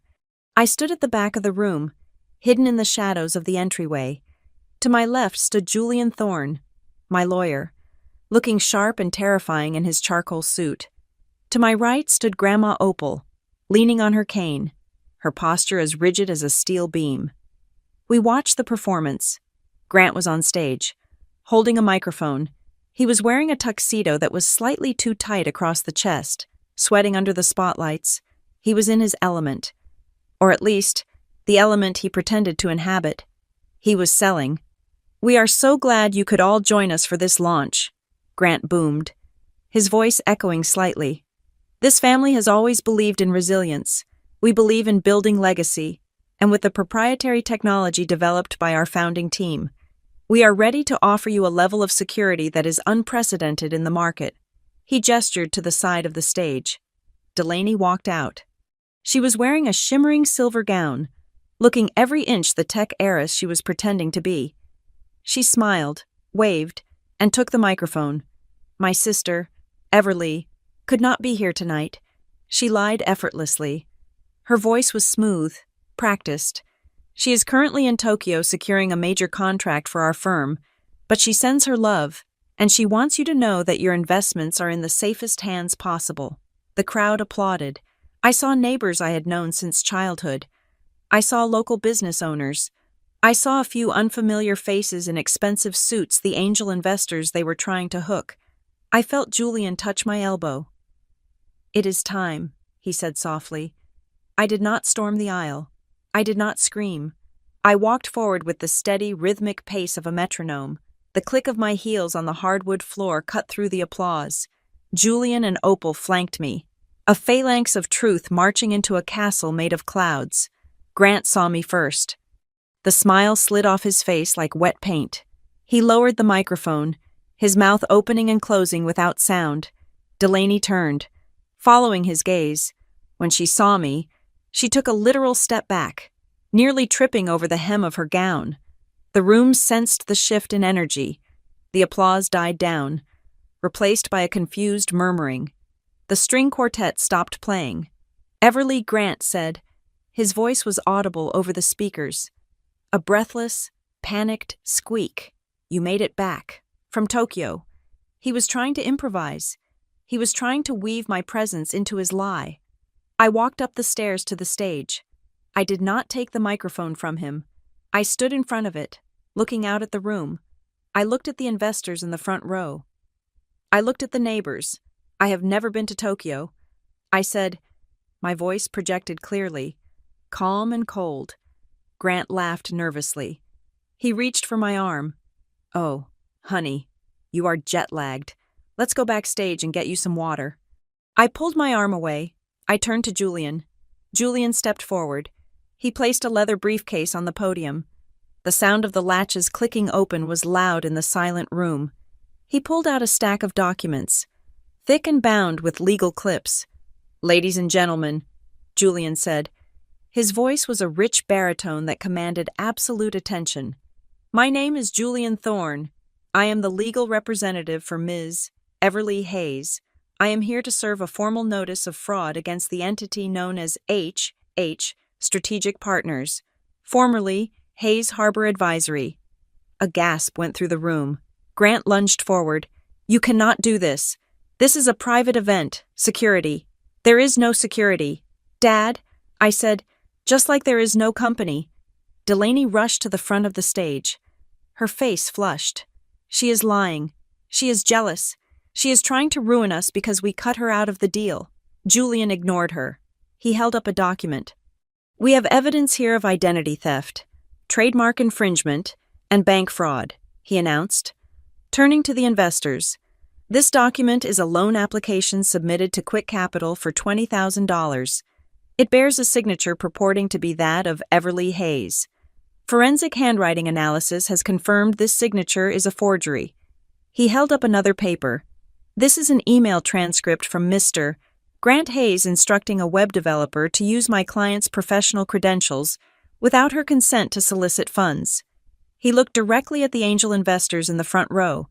"If you have written a check to this entity, you have not invested in a security firm.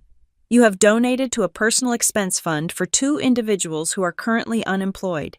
The room erupted. People stood up. Chairs scraped against the floor. The local business owners began shouting questions. Grant was shaking. He looked at me, his eyes wide with betrayal. "How could you?" he whispered. "We are your family. We were doing this for all of us. I looked at him. I felt nothing. The man who had called me useful was now looking at me to save him. But I was out of tools. Then, the first twist landed. One of the investors in the front row, a man with gray hair and a stern face, stood up. It was Arthur Vance, the man I had called. I knew. He looked at Grant with disgust. Ms. Hayes contacted me last week. I came here tonight because I wanted to see if you had the audacity to go through with it. I have the police on the line outside. Grant grabbed the podium to steady himself. The color drained from his face until he looked like a wax figure. Police Marla shrieked from the side of the stage. She ran out, her hands fluttering like distressed birds. No police. It is a misunderstanding. It is just a family dispute. Everly, tell them to stop. She grabbed my hands. Her palms were clammy. Everly, please, she begged, tears streaming down her face, ruining her makeup. We are your parents. We raised you. You cannot send your father to jail. Think about the legacy. Think about what people will say. I looked at her. I looked at the woman who had suggested disinheriting me because I was too strong to need help. Then, Grandma Opal stepped up to the microphone. She did not look frail tonight. She looked like a judge. There is no legacy. Marla, Opal said into the mic. Marla froze. Mother, what are you doing? I am doing what I should have done 20 years ago, Opal said. She looked out at the crowd, then turned to her daughter. You were banking on the inheritance, weren't you? You told Grant that even if the business failed, you would eventually get the land and the trust when I died. Marla went pale. I activated the parasite protocol this morning, Opal announced. The room went deadly silent. Even the angry investors stopped shouting to listen. The trust I set up had a condition, Opal said, her voice ringing out. If any member of this family attempted to defraud the primary beneficiary, Everly, the assets would be immediately frozen and redirected. Redirected, Grant croaked. Redirected where? To the scholarship fund for women in technology. Opal said, every dime, the land, the stocks, the savings, it is all gone. Grant, you have nothing, and Everly is the sole executor of the transfer. Delaney let out a scream. It was not a scream of fear. It was a scream of pure, unadulterated rage. You witch, she shrieked, pointing at Opal, then whirling on me. You did this. You planned this. You wanted to steal everything for yourself. She lunged at me. It was a clumsy, desperate attack. She grabbed the lapel of my blazer, her nails digging into the fabric. You selfish, ugly, boring, little nothing, she screamed, shaking me. I hate you. I have always hated you. You think you are better than us. You are nothing without us. We made you. I stood still. I did not push her back. I let the room see her. I let the investors see the director of client relations screaming like a banshee. I let the neighbors see the perfect daughter unmasked. I let the facade crumble completely. Julian stepped forward and gently removed her hands from my jacket. She stumbled back, panting, her hair wild, her eyes manic. Marla was sobbing on the floor, clutching Grant's leg. Grant was staring into the middle distance, a broken man who realized the math finally did not add up. The police sirens began to wail in the distance, getting closer. Everly, Marla wailed. How can you do this? We are family. I looked down at her. I looked at the wreckage of the stage. I picked up the microphone one last time. My voice was quiet, but in the silence of the room, it sounded like a gavel falling. Family is not where people gut each other to survive. I said. I put the microphone down. It made a dull thud. I turned my back on them. I walked down the stairs. I walked past the stunned investors. I walked past the neighbors who were whispering behind their hands. Everly Delaney screamed after me. Come back here. Fix this. You have to fix this. I kept walking. I walked out of the double doors of the Harbor Light Community Hall. The night air was cold and biting. The flashing blue lights of the police cruisers were reflecting off the wet pavement, painting the world in jagged bursts of color. I saw the officers walking toward the entrance. I stepped aside to let them pass. I got into my rental car. Julian and Opal got in with me. We did not speak for a long time. We just drove.